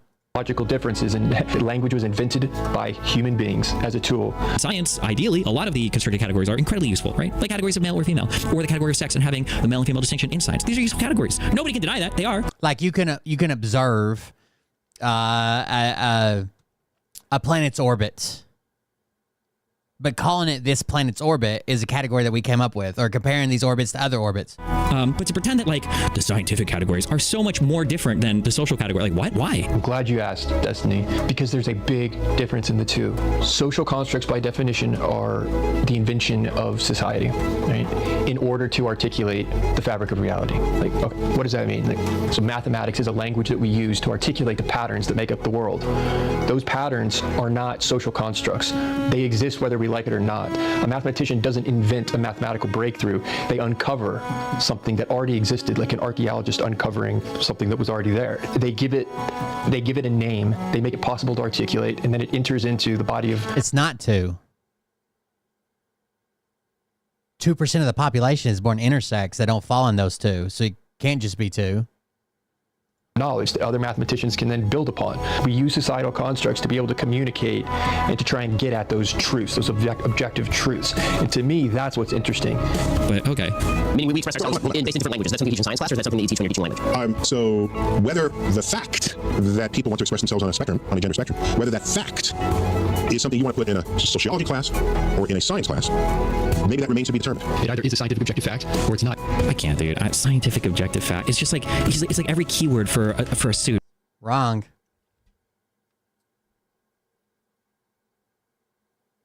Intersex does not fall in either sex category of male or female. That's not gender. That's sex. Dude, like every keyword for a fucking like, I'm sorry. What do you not understand? What else am I supposed to call it? They do not fall in male or female categories. It's 2% of the population. Objective truth. It's scientific. It's less than 2% of the population. 1.8, 1.9, something like that. Reality. It's what word would you like me to use to differentiate something that's constructed by society and something that's beyond the reach of society? It's objective truth. If that's not rudimentary enough, I don't know how to limit my vocabulary enough to make this digestible for you. You asked me for my opinion. I thought we were talking about objective scientific fact. So I messaged him and I said, I'd love to have a conversation because I think there's things I can clarify. We're trying to do two different things. It's just we're interested by different things. Looking at this reaction, I'm not sure if it would even work. If it's just making observations. There's over 40 different categories for intersex. They cover a wide range, but they don't fall into either male or female. That's how they categorize. There's a difference between an objective fact and a social construct. If that it causes you to lose your mind, I'm not sure how a conversation would go. Maybe we'll be able to do it. I don't know. I didn't see either one of these debates. I was hoping it was going to be better than that. I wonder where he got that cornrow. This YouTuber ended his career, I think something like that. Destiny. Because that's where I saw the cornrow thumbnail. Maybe I shouldn't have included Destiny. There's a bunch of them. Destroyed his career in 2 weeks. Oh, that's the reaction. Okay.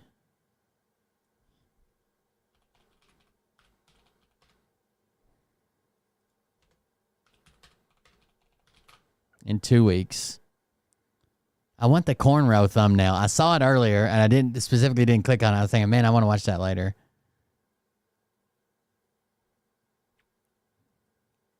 God damn it. I don't want to watch the Hassan reaction to it. I want to see it. Is that it? Internet Anarchist. He must have changed the thumbnail. Because it was from Internet Anarchist. Let's see what it is. 3 days ago.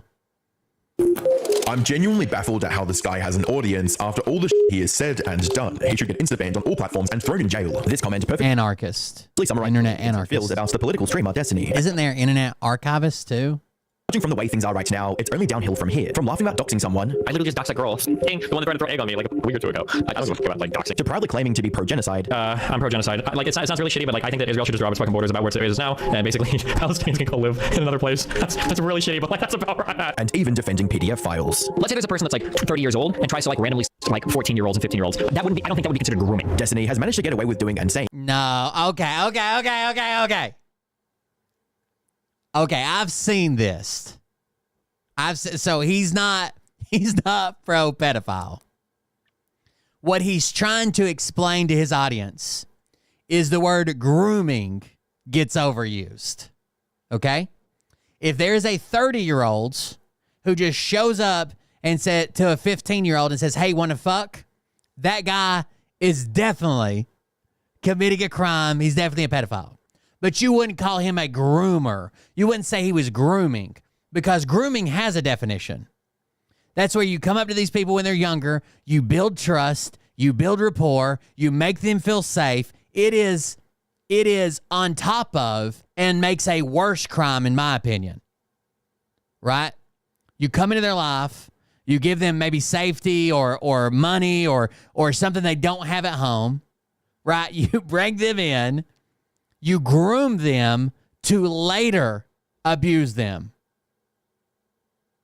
But not everybody who abuses in whatever way is also a groomer, because it's a thing on the internet to just call this person a groomer, that person a groomer. Anybody who's friends with somebody else is a groomer. Anybody who is friends with somebody when they were 17 and they hook up when they're 20 was a groomer. Like, those are two different things. And to come out and say like he supports pedophilia is fucking wild from that statement. Wild. A lot of horrible stuff over the years. His most recent scandal involved him secretly recording his partners in bed and then sharing those videos with strangers without consent. When the allegations first came out, he probably thought he'd dodge the consequences like always. However... Oh, there's the thumbnail I was looking for. I knew I saw it somewhere. The consequences of his... He must have changed it. I wonder, can I see that on this IQ? Changes... so they changed the title. The Deserved Downfall of Destiny was what is originally called. Then it was called How This YouTuber Destroyed. He's trying to get more views out of it, obviously. Like, a lot of people try different titles and shit. But it looks like he changed the thumbnail as well when he changed the title. Caught up with him. This controversy has sparked enough backlash to sink his online reputation for good, and there's nothing he can do to avoid his fate this time. So this is Destiny's big revenge porn leak thing. And it apparently had people that claim they didn't consent or whatever. And this is going to be handled in court. Destiny's addressed it, sort of. To me, in my opinion, what I've checked into this is it seems like he did something that he probably shouldn't have done, right? Does it meet legal threshold to be like fucking be punished for it? I don't know. But it also seems like he was being blackmailed pretty hard, okay? Like, in the text message between her and this girl and a third party, she's like, I don't know if he'll ever want to pay enough to make sure he's punished enough.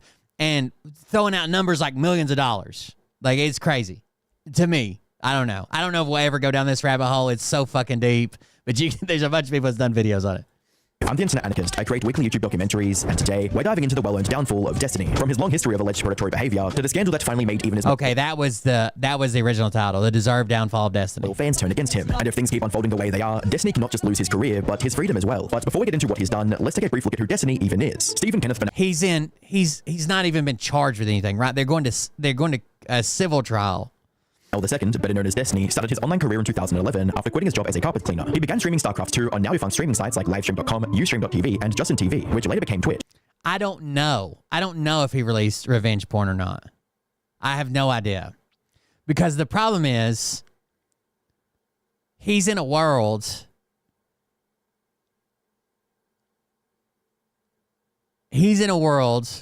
where lots of stuff is shared, multiple partners. People know they have multiple partners. Stuff is sent back and forth. I don't know if they ever had a conversation around, like, I'm taking a video and I'll probably share it to these people or those. I don't know. I have no idea. It seems like a lot of stuff was shared with a lot of people. Then he sent it to somebody who got hacked. That person getting hacked distributed everything all over Kiwi Farms, whoever hacked them, allegedly. And he's been trying to pursue the hacker in criminal court. I don't know if that'll ever go anywhere. Who knows? This girl's claim is she let him record it, like knew she was being recorded. Like they literally have an agreement where they said like, oh, you want to make some videos when I come over this weekend. But she claims she never gave him consent to send it to another girl that he was trying to sleep with or whatever. But I don't know. Cam, we got this. Force field, do it. Cut the army in half. That same year, he joined an esports team for StarCraft 2 and started competing professionally. Yeah, kind of. Destiny's very, like, he's obviously got a lawyer, and he's been very limited in what he can put out and what he can't. Like, okay, I'll just set up a fake scenario that doesn't involve Destiny or anything. Let's say that I'm trying to hook up with a girl, and I'm in, like, an open relationship. And they know I'm in an open relationship, and you're in an open relationship, or whatever. And I say, here's me with my girlfriend now, and send you that. And then you send back, well, here's me with my boyfriend now, and you send that back. And then we're talking about, oh, when we get together, we'll make videos. And then you're asking me for videos. I'm asking you for videos. We're sending videos back and forth. Then we hook up and make a video. It seems like at some point there would be like implied consent or like conversations around consent at some point. And then after we're still hooking up, not hooking up, whatever. It was just a fling. Like we're not dating. I decide I want to hook up with another girl, and she's like, hey, send me some videos of you. And I send her a video, and it has you in it. Well, then somebody's got to decide whether there was consent around that, I guess, and what damages that caused and everything else. I guess. It's just it's really weird to me when, like, I'm just married. Like, I'm married to my wife.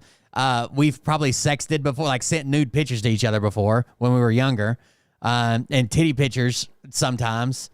But when you're in like an open relationship where they know you're fucking other people and you're sending them nudes, and I don't know. I just don't know. If I had 30 partners and you had 30 partners and we're all fucking passing around stuff we do with other people, that seems to be like way the fuck out there from like what I've ever experienced and what I know about revenge porn. To me, revenge porn is like, we broke up, I still had these nudes, and fuck you, I'm going to release them. So I don't know. Hey guys, thanks for joining us. This is Gas from Jonas here for IGN Pro League. Once again, I am joined by Stephen Bennell, Root Destiny. Thanks very much for joining us, and congratulations on IPL Season 2 qualification. His success in esports gave him the exposure to transition into full-time streaming, a path he pursued for the next 5 years. However, starting in 2016... I think Destiny is probably when he talks about open relationships, he literally says, like, you shouldn't be in one. Like, 99% of people get jealous. They're not comfortable in it. They get blah, blah, blah, whatever. Like, you shouldn't be in one. He is. But he makes a pretty good case for not being in open relationships. Destiny began shifting his focus away from gaming and more towards politics. Who do you think won the... It just gets so confusing when you're like so okay with making the videos, sending the videos, receiving the videos, sending videos with you with other guys and you with this other person with other girls, and then this one video goes and somehow it gets leaked, and then suddenly you weren't okay with any of it. But you were literally texting and saying, let's make some videos. I want to make a video like that one you sent me. Like shit like that. I don't know. I'm out of it. Presidential debate. It's over my I'm at the floor, right? I'm married, have a wife and kids, and that's all I do. They're at a different level. That's how you define winning. Well, how do you define winning? What do you care about in these debates? I care about people that are adhering to the truth. Surprisingly, his political content quickly became far more popular than his gaming content ever was, resulting in him gaining nearly 1.2 million subscribers on YouTube and over 800,000 followers. That's right, different pay grade. For many of his early fans, his switch to political content signaled a turn for the worse, and unfortunately, their fears turned out to be completely justified. As time went on, Destiny started having more and more unhinged takes on sensitive topics, like defending the... There are people that probably have pictures of my dick. I don't think I'll ever get famous enough to be threatened with that, but I'm sure there are people that have pictures of my dick.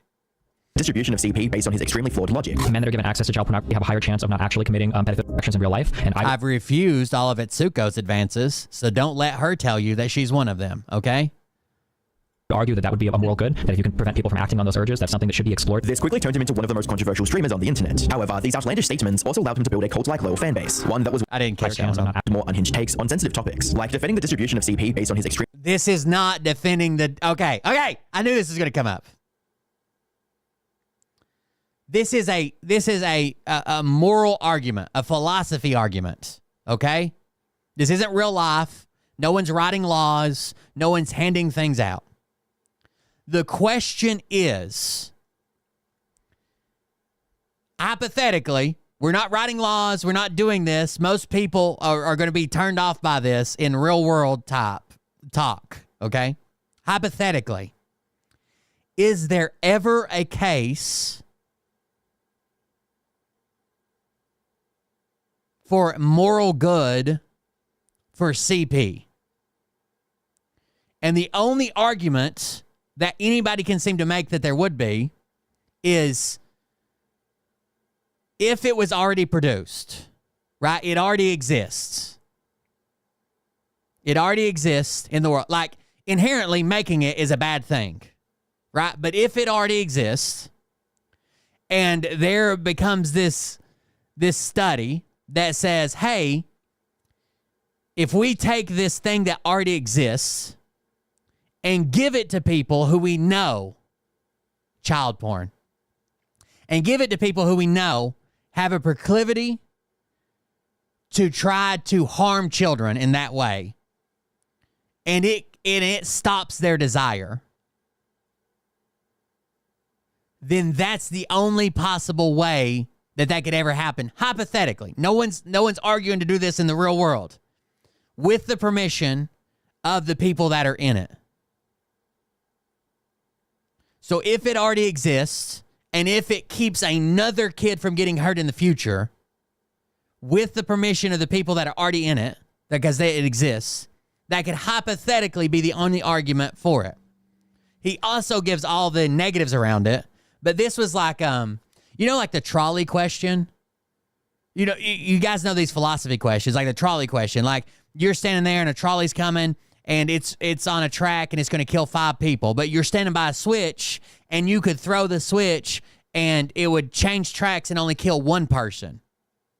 Morally, do you have to pull the switch? It's like that type of question, right? No one's going out and setting up trolleys and saying, okay, now you got to do it, right? Like, it's a hypothetical question that floated around the internet for years, and people tried to answer it delicately. Logic with reasoning, right? That's the reason these questions exist, is because they're so fucking out there. Like, no one's actually doing this. No one's setting up a trolley problem. No one's setting up hypothetical moral CP.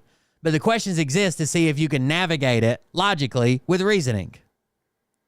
But no one in real life would argue for this. 0 people. Extremely flawed logic. Men that are given access to child pornography have a higher chance of not actually committing pedophilia actions in real life. And I would... Yeah, but it's a you have to accept the pretense of a hypothetical. Argue that would be a moral good, that if you can prevent people from acting on those urges. So basically what they're saying is, if CP already exists with people that are now adults and they agree and say, yeah, use it if it saves another child from being hurt, that would be the only argument to make for it. Hypothetically, that would be a moral good, because we're not creating it for this reason. It already exists, and we're saving future children from being hurt. That's something that should be explored. This quickly turned him into one of the most controversial streamers on the internet. However, these outlandish statements also allowed him to build a cult-like loyal fan base, one that was willing to defend him no matter what he did. As a comment on Reddit puts it, Destiny is the only guy who can literally get away with whatever he wants because his fans brigade internet spaces until the narrative. And by the way, almost everybody that deals with philosophy answers this in the exact same way. It's not just Destiny, right? Like, that's the only way you can navigate that. Use something that already exists that's bad, inherently bad, no one would approve of, to have a moral good outcome from it.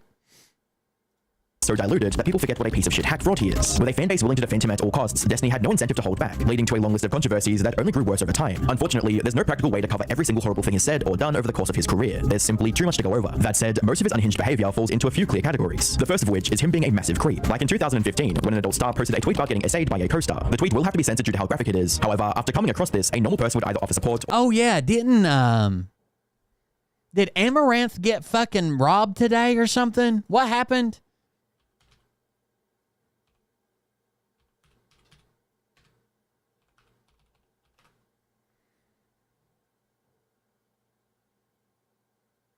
Is that real? Someone tagged me in a tweet, and I just barely skimmed over it. I was busy at the campground, and it was like Amaranth getting robbed by people, and she shot them or something. Like another streamer, like, shot some people. Or just ignore the tweet and move on. Destiny, however, took a much darker route, choosing to insult her and other survivors of Grape with vile comments like, Jesus, why not file an effing police report instead of tweeting this? You're effing disgusting. What an effing idiot. When someone called Am I making that up? Saying, I'd Stephen Bonnell, why don't you write us a long list of everything you feel hated by? Dude, there is a non-zero chance that I dreamed that. I have no idea. Someone said Amaranth was a huge streamer and she has OnlyFans and shit. People showed up to her house to rob her, and somehow she like ran away and got to a gun. They beat her, and then she started fucking shooting people. Is that not real? Did I make that up? Someone Google it.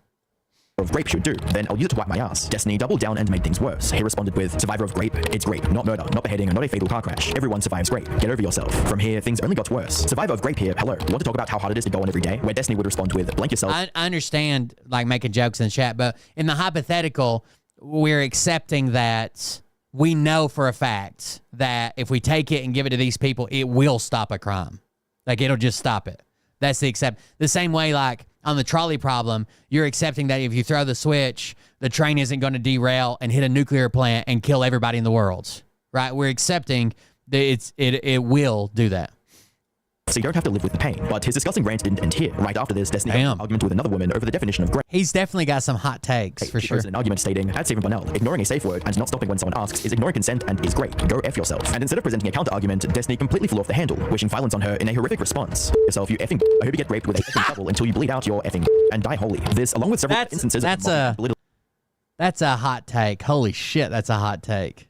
Assault victims is why many in the YouTube community see him as a grape apologist. However, even this pales in comparison to his disturbing stance on PDF files, which includes defending their actions. I don't like predators, period. I don't care if you're offending or not offending. Okay, well, who disagrees with Brittany? Who disagrees with Brittany? What, if you, just because Hey, it should be on Google. Hold on, I'll just Google it. Amaranth robbed.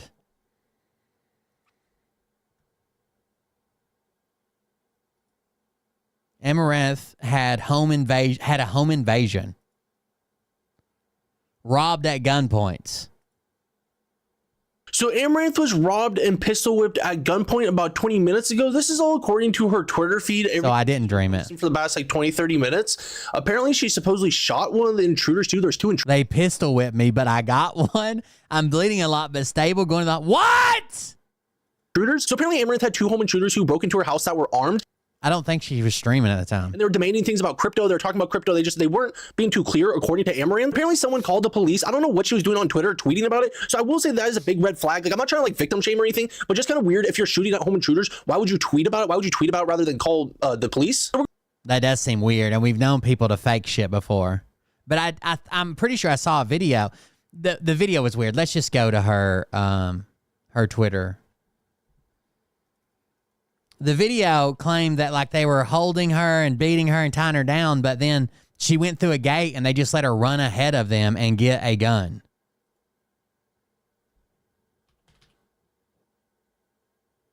Emma Renth. I don't know how to spell it, to be honest with you. Probably not even saying it right. Oh God, there's gonna be porn, isn't there? How do we spell it?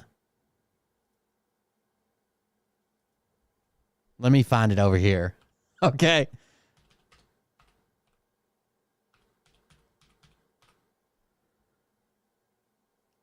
I forgot, like, she does porn. So, yeah, literally, if I would have scrolled down one frame, one fucking tweet.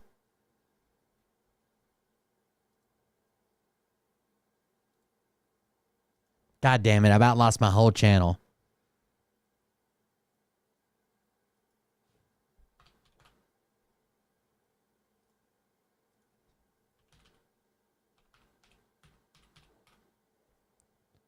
Okay, A-M-O-U-R. I'm spelling it wrong. A-M.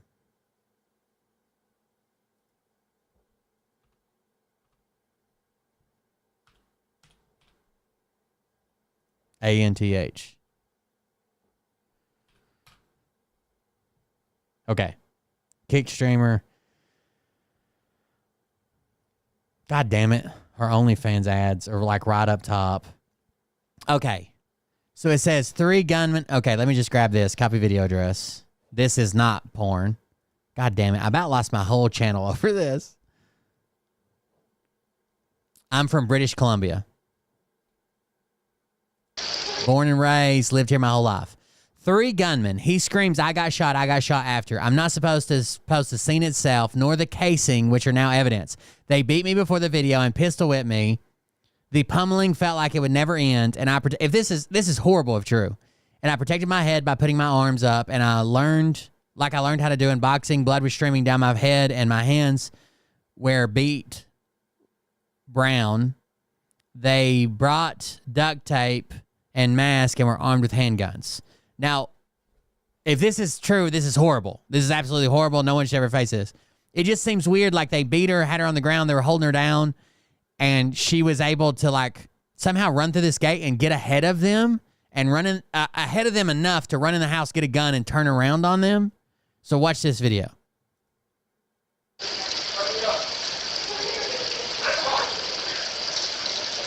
And she says they were there for crypto. They demanded crypto.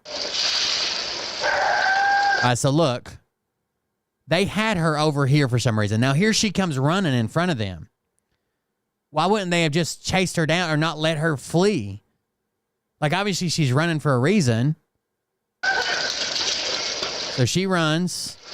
He tries to chase her very, very slowly. Like he's like at a jog. Oh, right here. It's in here. And she's saying, it's in here, it's in here. I'm so sorry. Come on. And they're saying, I'm so sorry. And this is where she goes in and gets a gun, turns around, and... Go, go, go, go. Someone says, go, go, go, go, go.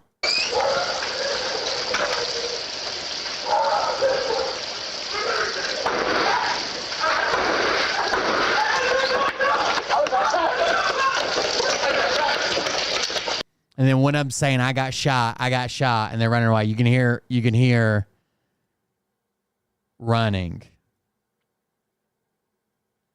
I think she lives in Houston, right?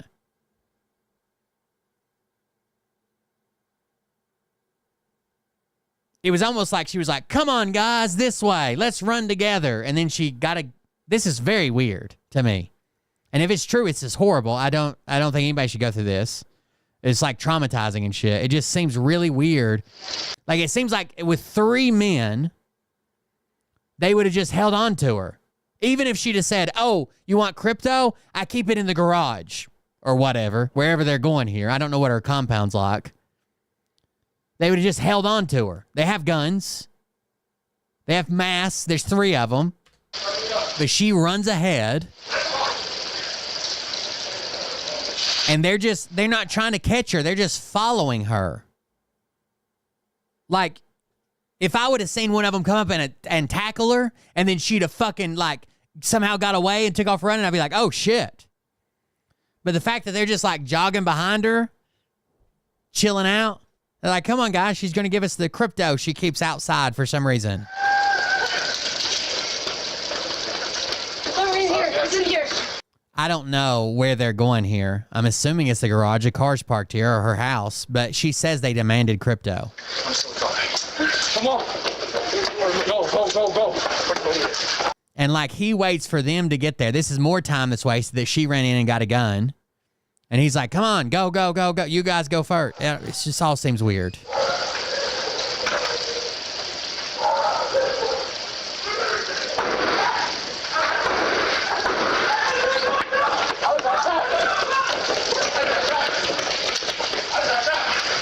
Then they all go running.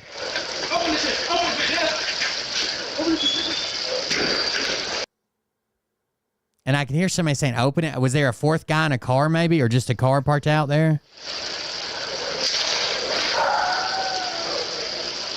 Well, I can't even scroll on her page, but I can pull it back over here and look at it because she's got so much fucking porn on it. Give me a second. I might have to remove this video later. The high-res version is already with the cops. Turn up the sound. A trail of his blood all the way along the driveway. Forensic is testing it. They kept shooting my bedroom door, and then they finally kicked it in. See, when did they keep shooting your bedroom door and then finally kick it in? I don't understand that part. Like, when were you in your bedroom? Before you before this video? And she shows like a broken door.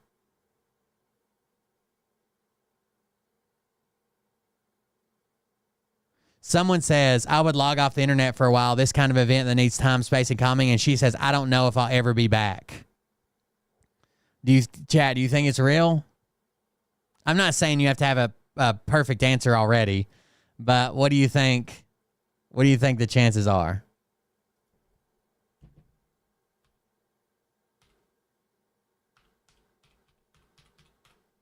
It seems weird, right?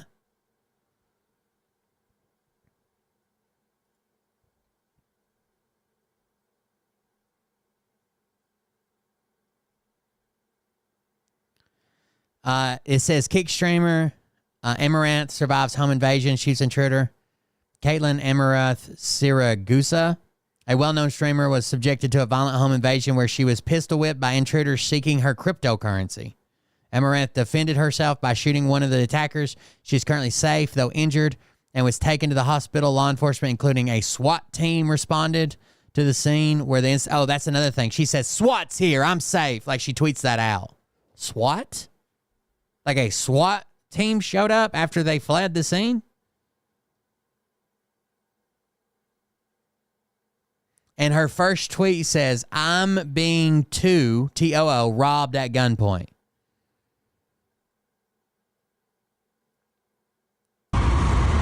I guess I can also show you. This is a little snippet here.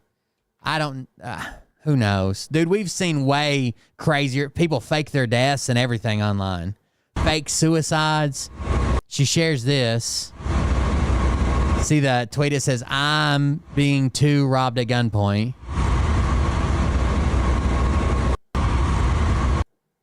I'm covered in blood, but only some of it's mine. I'll update y'all later, but I'm safe now. Was at gunpoint. They gave me a phone and said, log in with gun to my head. And I tweeted because calling would be a death sentence. Wait. You're telling me that they handed you your phone and said, log into your Bitcoin or crypto or whatever, and that's when you're sending these tweets? Now I don't believe it at all. I don't believe it at all now. At all. I was at gunpoint. They gave me my phone and said, log in with a gun to my head, and I tweeted because calling would have been a death. I don't believe it at all.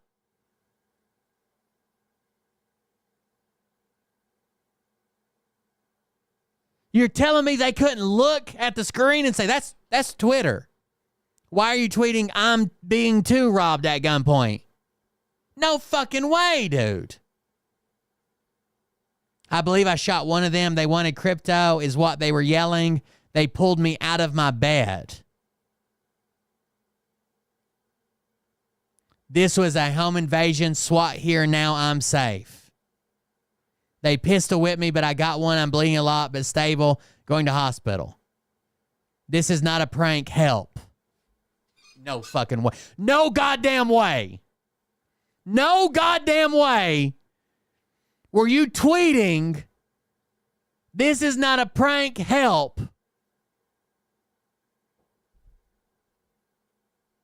You want to know what the post before that is? My OnlyFans is free right now. Sign up.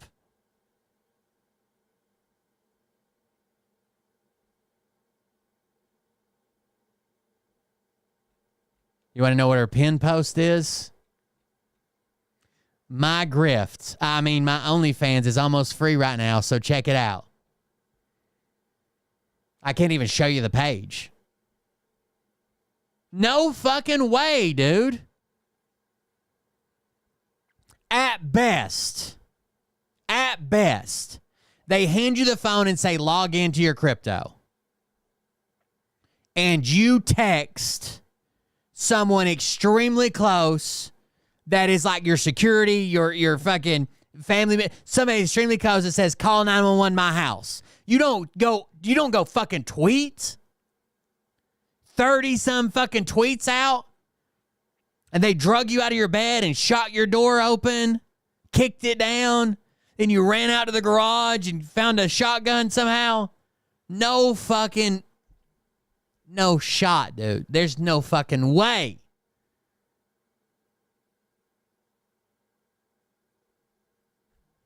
I'm right? This didn't happen, right?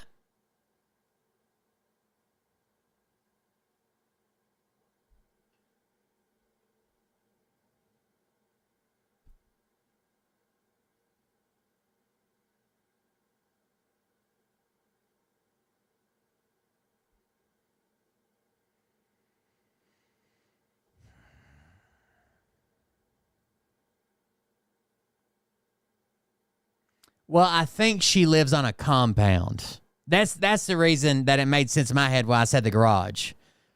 I think she has... You see this gate in the video? I think that footage is from the other side of the gate. I think she has a house with a gate, and then on the other side of that gate is like her garage and shit. But no fucking way they're like, log into your Coinbase, into your crypto wallet. And she's like, not a troll, help me. OnlyFans $2.99. Will reduce when 911 gets here. Call fast. We'll send one tip pic for every retweet. Not a joke.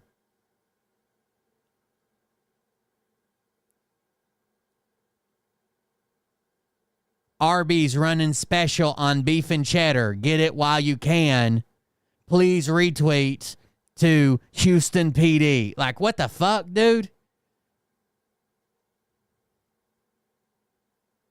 Well, so I'm almost positive that when her boyfriend was like super abusive and she had this big scandal that come out, like her boyfriend like cussing her and telling her to live stream more and show more pussy or whatever she does. Like, she talked about that was when she realized she needed security and she had to have security around. Like, she makes a shit ton, dude.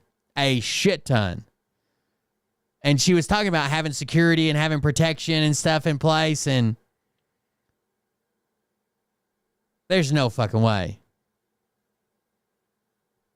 Ban that bot Russian account. We don't even ask them. We send them back to the motherland. No shot, dude.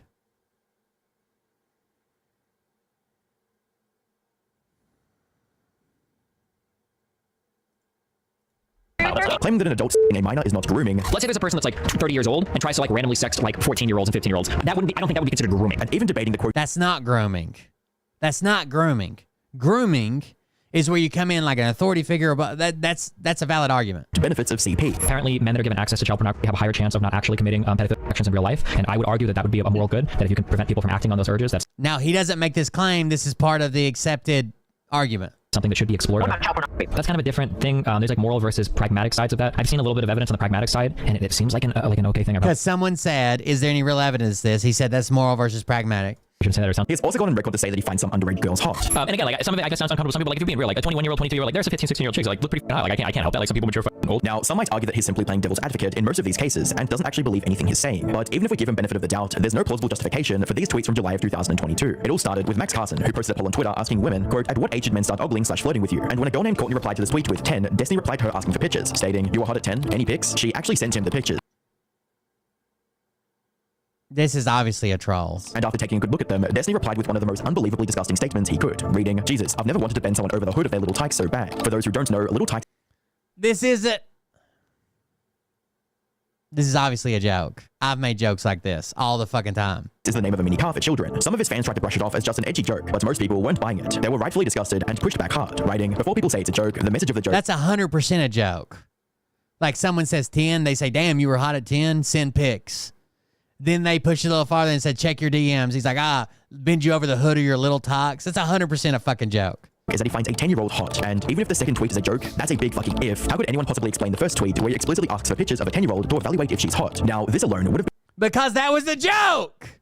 been enough to bury most creators. But with Destiny, this is barely the tip of the iceberg, because in addition to being a massive, unapologetic creep, he also has a history of justifying extreme violence against others without a shred of remorse. And one of the most prominent examples of this is his continued apathy towards Palestinian people, like boldly declaring that he's, quote, pro-genocide and that the Palestinians can go live somewhere else, or while laughing maniacally. Honestly, I'm pro-genocide. Like it sounds really shitty, but like I think that Israel should just drop its border. This is also a joke. You can argue it's a bad joke, but basically what happened before this debate was like he was getting more and more fucking red-pilled on the idea, like doing all his research and shit. And then people were coming to his stream all the time, fucking calling him a piece of shit and a genocidal maniac and all this shit. So he fucking finally threw out this hot take.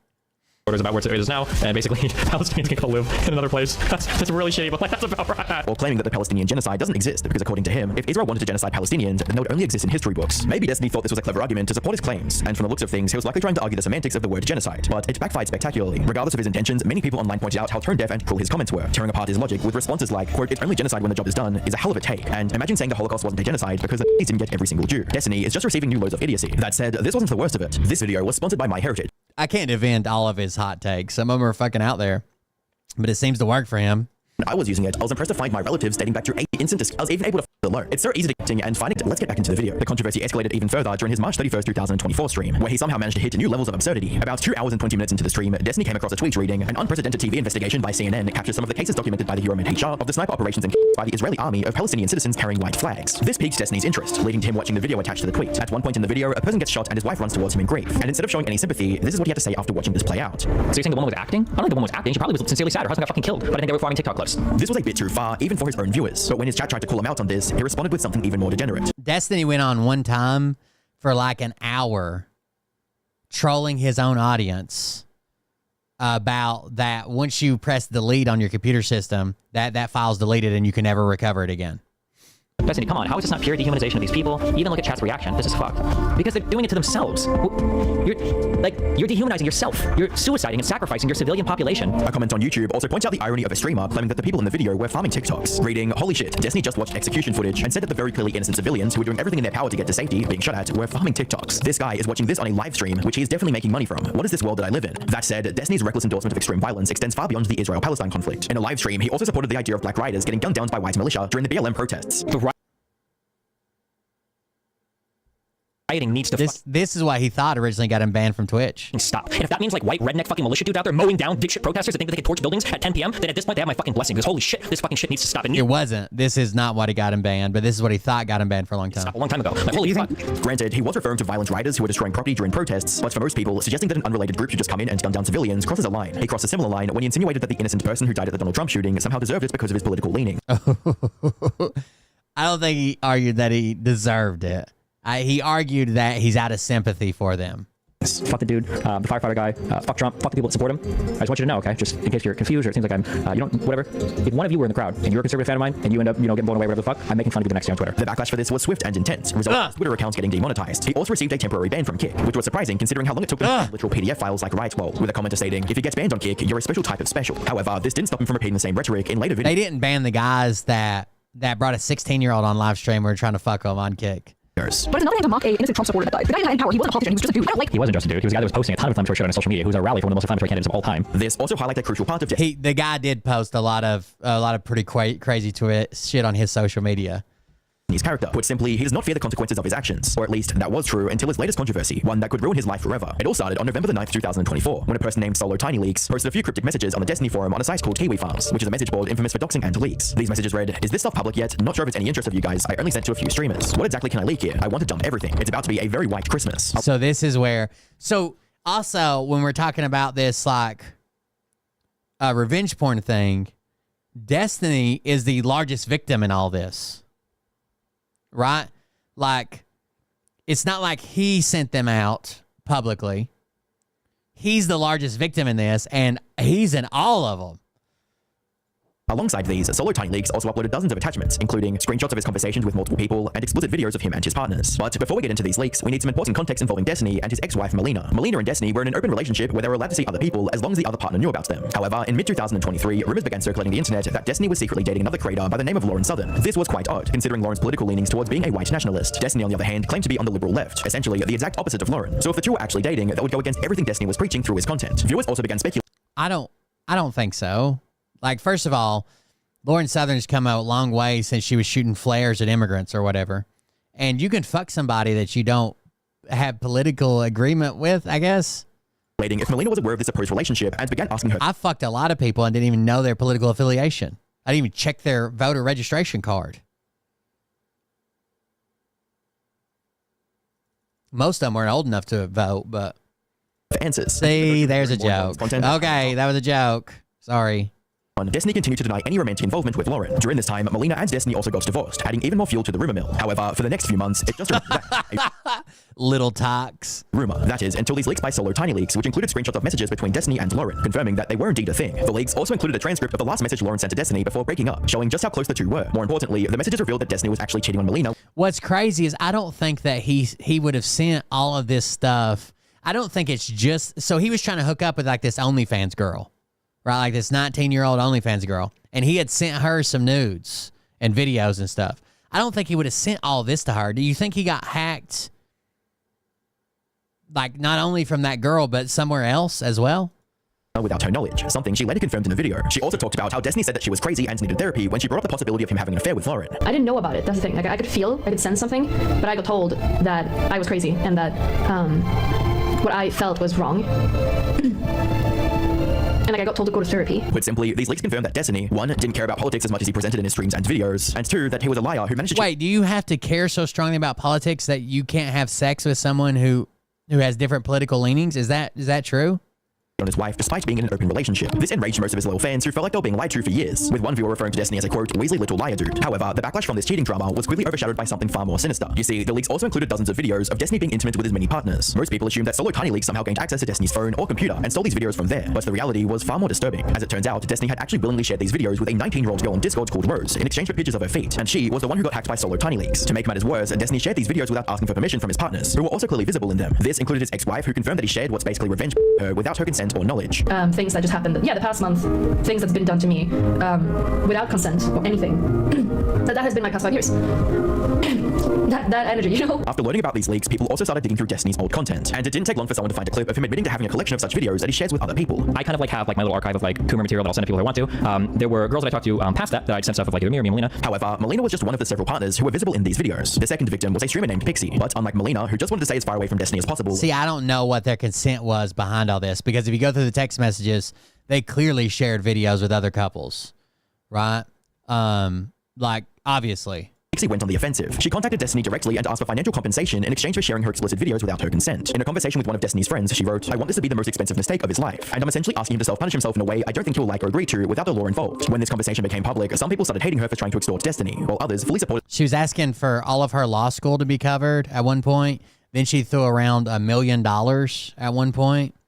And she, not only was she holding him hostage with like this money, like blackmail, but she was also saying like, depending on what he says is whether I'm going to kill myself or not.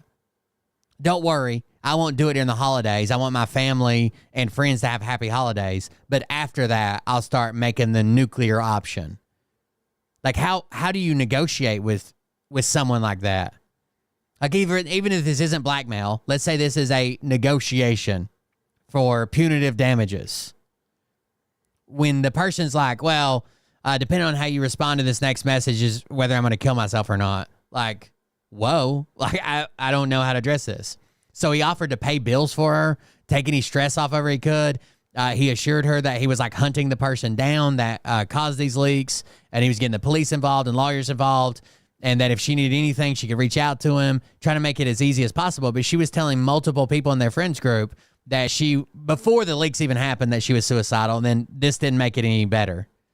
Her plan, with one person writing, maybe I have shitty morals, but I don't take issue with her attempting to extort him in the way she did. There's no guarantee that she would have gotten anything the legal way with the power and money imbalance he has over her, and I would guess that if it went to courts and fans found out, she'd be endlessly harassed compared to if he Right, so just do illegal methods because you don't think that they can win legally. Paid privately. However, the backlash from people who disagreed with her approach caused her to do a complete 180, which she announced in a tweet reading, on November 29, the streamer Destiny non-consensually shared my nudes, making me a victim of revenge porn. I will be suing him in federal court. Alongside this, she also shared a lengthy statement detailing her story and the exact charges she plans to bring against Destiny. That said, at least both Pixie and Melina were aware that they were being recorded. And Destiny sort of addressed this. So the reason Destiny claims that he didn't address, I don't know. The reason he claims that he didn't address this immediately is this.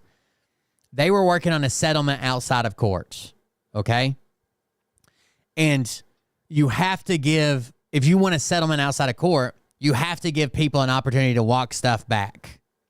So he claims that she made a lot of claims in here that are not true. But the only way for them to reach a settlement is like, say, hey, I'll pay you $25,000 or whatever, but you've got to make a correction on this. You've got to pull that down. You got to do this, right? These are not true. But if he comes out and says, this isn't true, that isn't true, she's lying about this, here's the evidence, here's this, then they would never reach a settlement.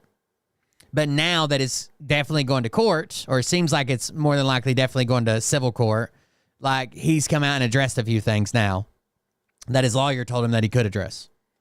Even if the videos were later shared without their consent. Destiny's third victim, on the other hand, didn't even know that much. On January 21st, 2025, streamer Cherry shared her side of the story on Twitter, stating, "Today I was made aware of an intimate audio recording taken of me without my consent. That was also shared without my consent. I'm upset right now, and I'm going to give myself time to process." In a later tweet, she confirmed that she was also filing a police report against Destiny. Destiny's initial response to this whole thing, however, was more nonchalant than it should have been. My dollar says Melina recently confirmed that the sex tapes leaked by Destiny. Jesus Christ. The girl were shared by Destiny. Nice, good one, nice. Yes. She has no legal I got a whole bunch of super chats for you. Wait, ready? Even the title of his lackluster statement on Reddit, a legal arc beginning in mysterious ways such wow, was as unserious as possible. More importantly, it didn't provide the answers people were looking for. With the top comment under this post reading, "I want one answer and one answer only. Did you send Pixie's blanks non-consensually to someone you were chatting with on Discord? Your post does not answer this." However, while most people criticized him for this weak and incomplete response, one person chose to give Destiny the benefit of the doubt, writing, "The evidence of that is clear in other places. The answer is yes. What is unknown is if Destiny had some conversation with Pixie that would lead him to believe he could share these videos privately with others. What this person most..." That's what I'm talking about, right? They were clearly, when they were in a good place, they were clearly sharing these things around to different people.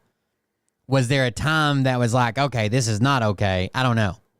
Likely didn't expect at the time was that their speculation might turn out to be the truth. On the 21st of February 2025, Destiny came out with his second response, which is a lot more comprehensive than anything he said before, suggesting that he's finally taking the matter seriously.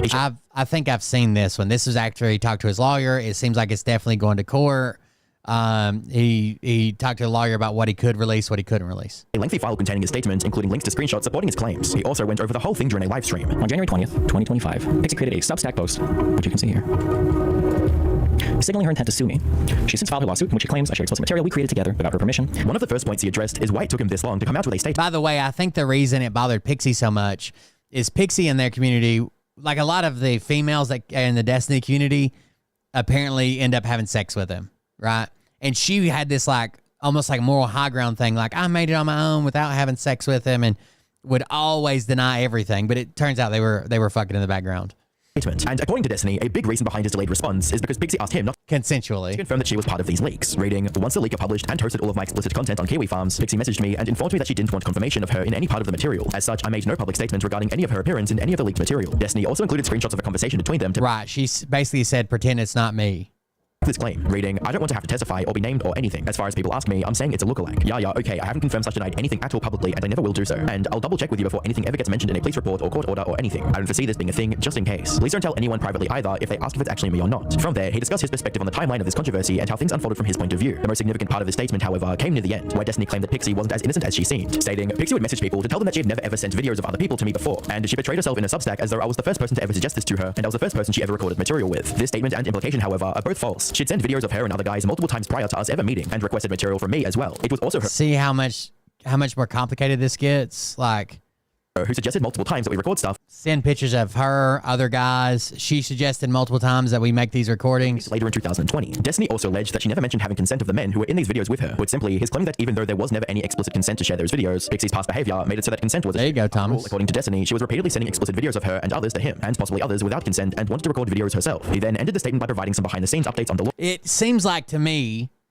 that there's a non-zero chance that they live in this world where they were just all exchanging videos of everybody. If you're in it, send it over here, over there. No one really cared, as long as they didn't get leaked to the public. Lawsuit, including the fact that I don't know. for a $15 million compensation during early negotiations. $15 million compensation. $15 million in compensation for one video of her being leaked by a hacker.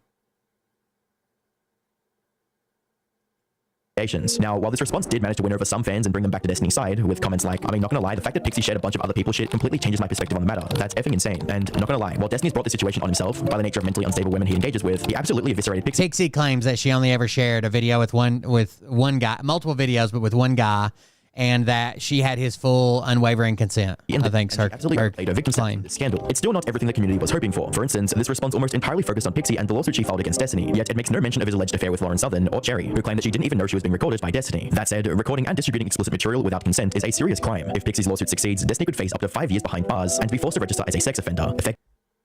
It's a civil lawsuit. No, it doesn't. If she wins everything here, he doesn't go to jail. Destroying his future, even if the lawsuit doesn't go through. That's a fucking what? Destiny is not coming out of this unscathed. The damage to his reputation is already severe and will have. Like, imagine taking somebody to civil court. Like OJ was convicted civilly. He didn't go to prison. What are you talking about? Like, those are two separate things. Like, a prosecutor would have to come in and say, we got evidence, we're going to prosecute this way. What do you... That's, this is so disingenuous at the end, at least. Explicit material without consent is a serious... And the pedo shit was disingenuous. Crime. If Pixie's lawsuit succeeds, Destiny could face up to 5 years behind bars and be forced to register as a sex offender, effectively destroying his future. Even if the lawsuit doesn't go through, Destiny is not coming out of this unscathed. The damage to his reputation is already severe and will have long-lasting consequences for his future as a content creator. But given the somewhat positive response to his latest response, maybe he still has a chance to bounce back. Only time will tell. Thanks again to MyHeritage for sponsoring this video. You can get your 14-day free trial with the link below.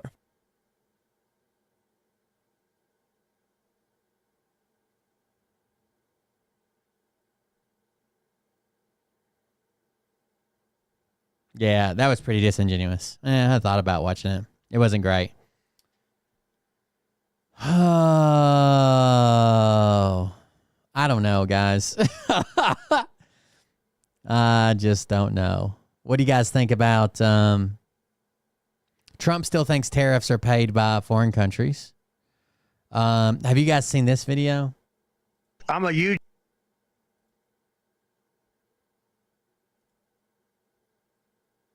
Oh shit, I didn't mean to do that. I'll throw it up on... Oh, that's not it. Where is... Watch the ticker. Watch the stock ticker in the corner of this while he's talking. Can you see the stock ticker down in the corner? I might have to turn off chat.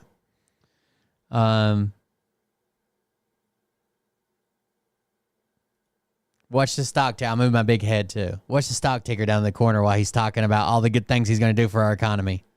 I'm a huge fan of Ronald Reagan, but he was bad on trade. Very bad on trade. Oh no. He allowed people to be taken. So oh God, no. Respect, because he was so. Oh shit. Bad on trade.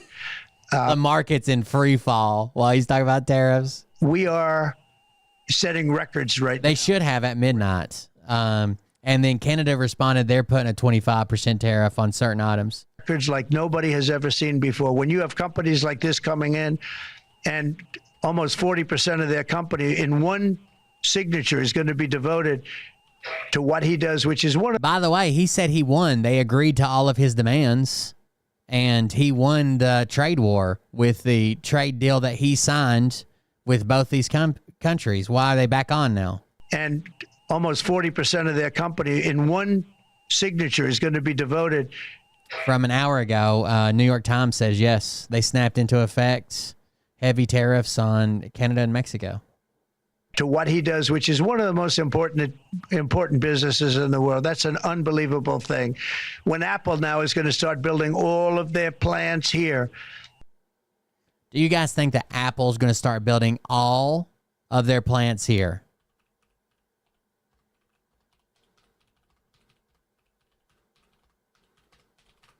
Do you know what that would mean? You know how much an iPhone would cost if every Apple plant is in the U.S.?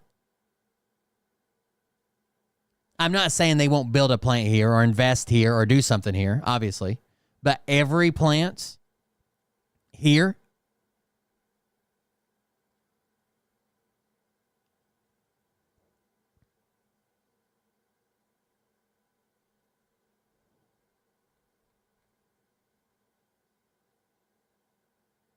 Yeah, it's their artificial intelligence servers, right?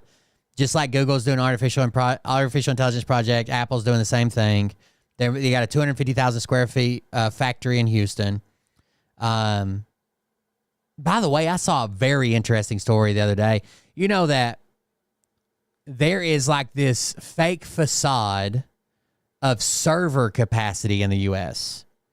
because a bunch of people that were into real estate. A bunch of people that were in real estate thought they saw the writing on the wall, right? And the next big thing was going to be data centers. So they went out and bought a bunch of property and tried to build data centers that are now apparently empty and they're ready for customers. But what they didn't take into account is how data centers work. They don't have the energy capacity, right? You can't get enough power to them. And they don't have any, like usually data centers a lot of times are water cooled, right? They'll have a pond, like a recirc pond or something, and they don't have any cooling capacity and they don't have enough energy that's going to them. And there's like this fake facade. Like when you look up how much data center capacity do we have in the US, that these places that will never be data centers are included in that count, and there's apparently a bunch of them, and people are sitting on them like basically losing their life savings or a substantial investment because they built data centers without knowing how data centers work. If that's true, that's crazy. That's insane. Check this one out. It says, I will give you my walkie woad ice cream if you tell me where the Jews are. Oh, I'm gonna love these JD Vance memes. Why didn't mommy love me more than the pills? I don't know, JD. I don't know. You little fat bastard! Did you call the police on me? I watched the whole movie, dude. It was so good. The whole fucking movie. God, it was so good. Not in the way they wanted it to be good, but in like, this isn't a comedy good. God. Amazing.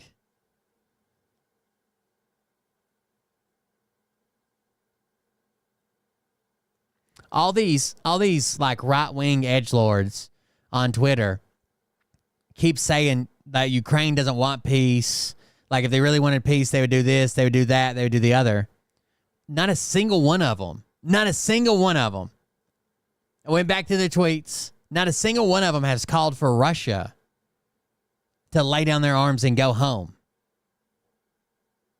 It's all Ukraine, Ukraine, Ukraine. Ukraine has to do this. They got to want peace. They got to want this. They got to want that. Why wouldn't they say, Russia, go home?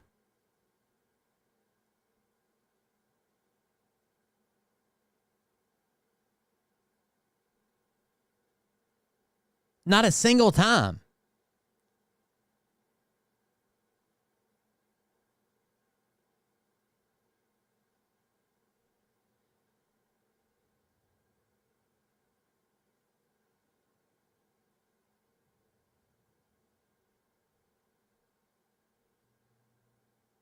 All right, guys, I'm out for the night.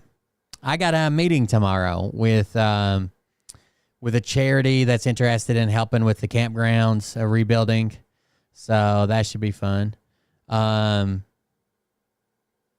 Hopefully get an investment to start some rebuilding and some other things. That'd be great. I got a meeting tomorrow I got to be ready for. I'll let you know how that goes. Thank you all for joining us. Thank you for being here. I appreciate it. If you want to support the stream, do it at coldbeer.fund. That's this website over here. Coldbeer.fund, where you can keep this stream going.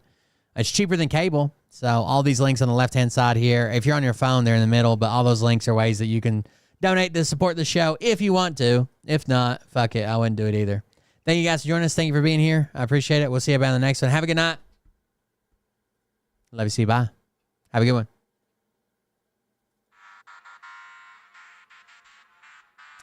There's a newscaster in a clip that is like, okay, so when Russia comes to Europe, which part of Europe would you get up? Which part of England would you give up? And he's like, none of it.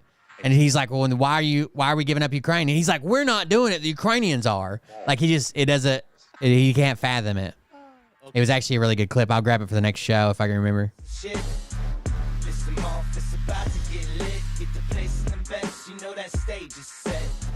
Buckle up, cause you ain't seen none yet.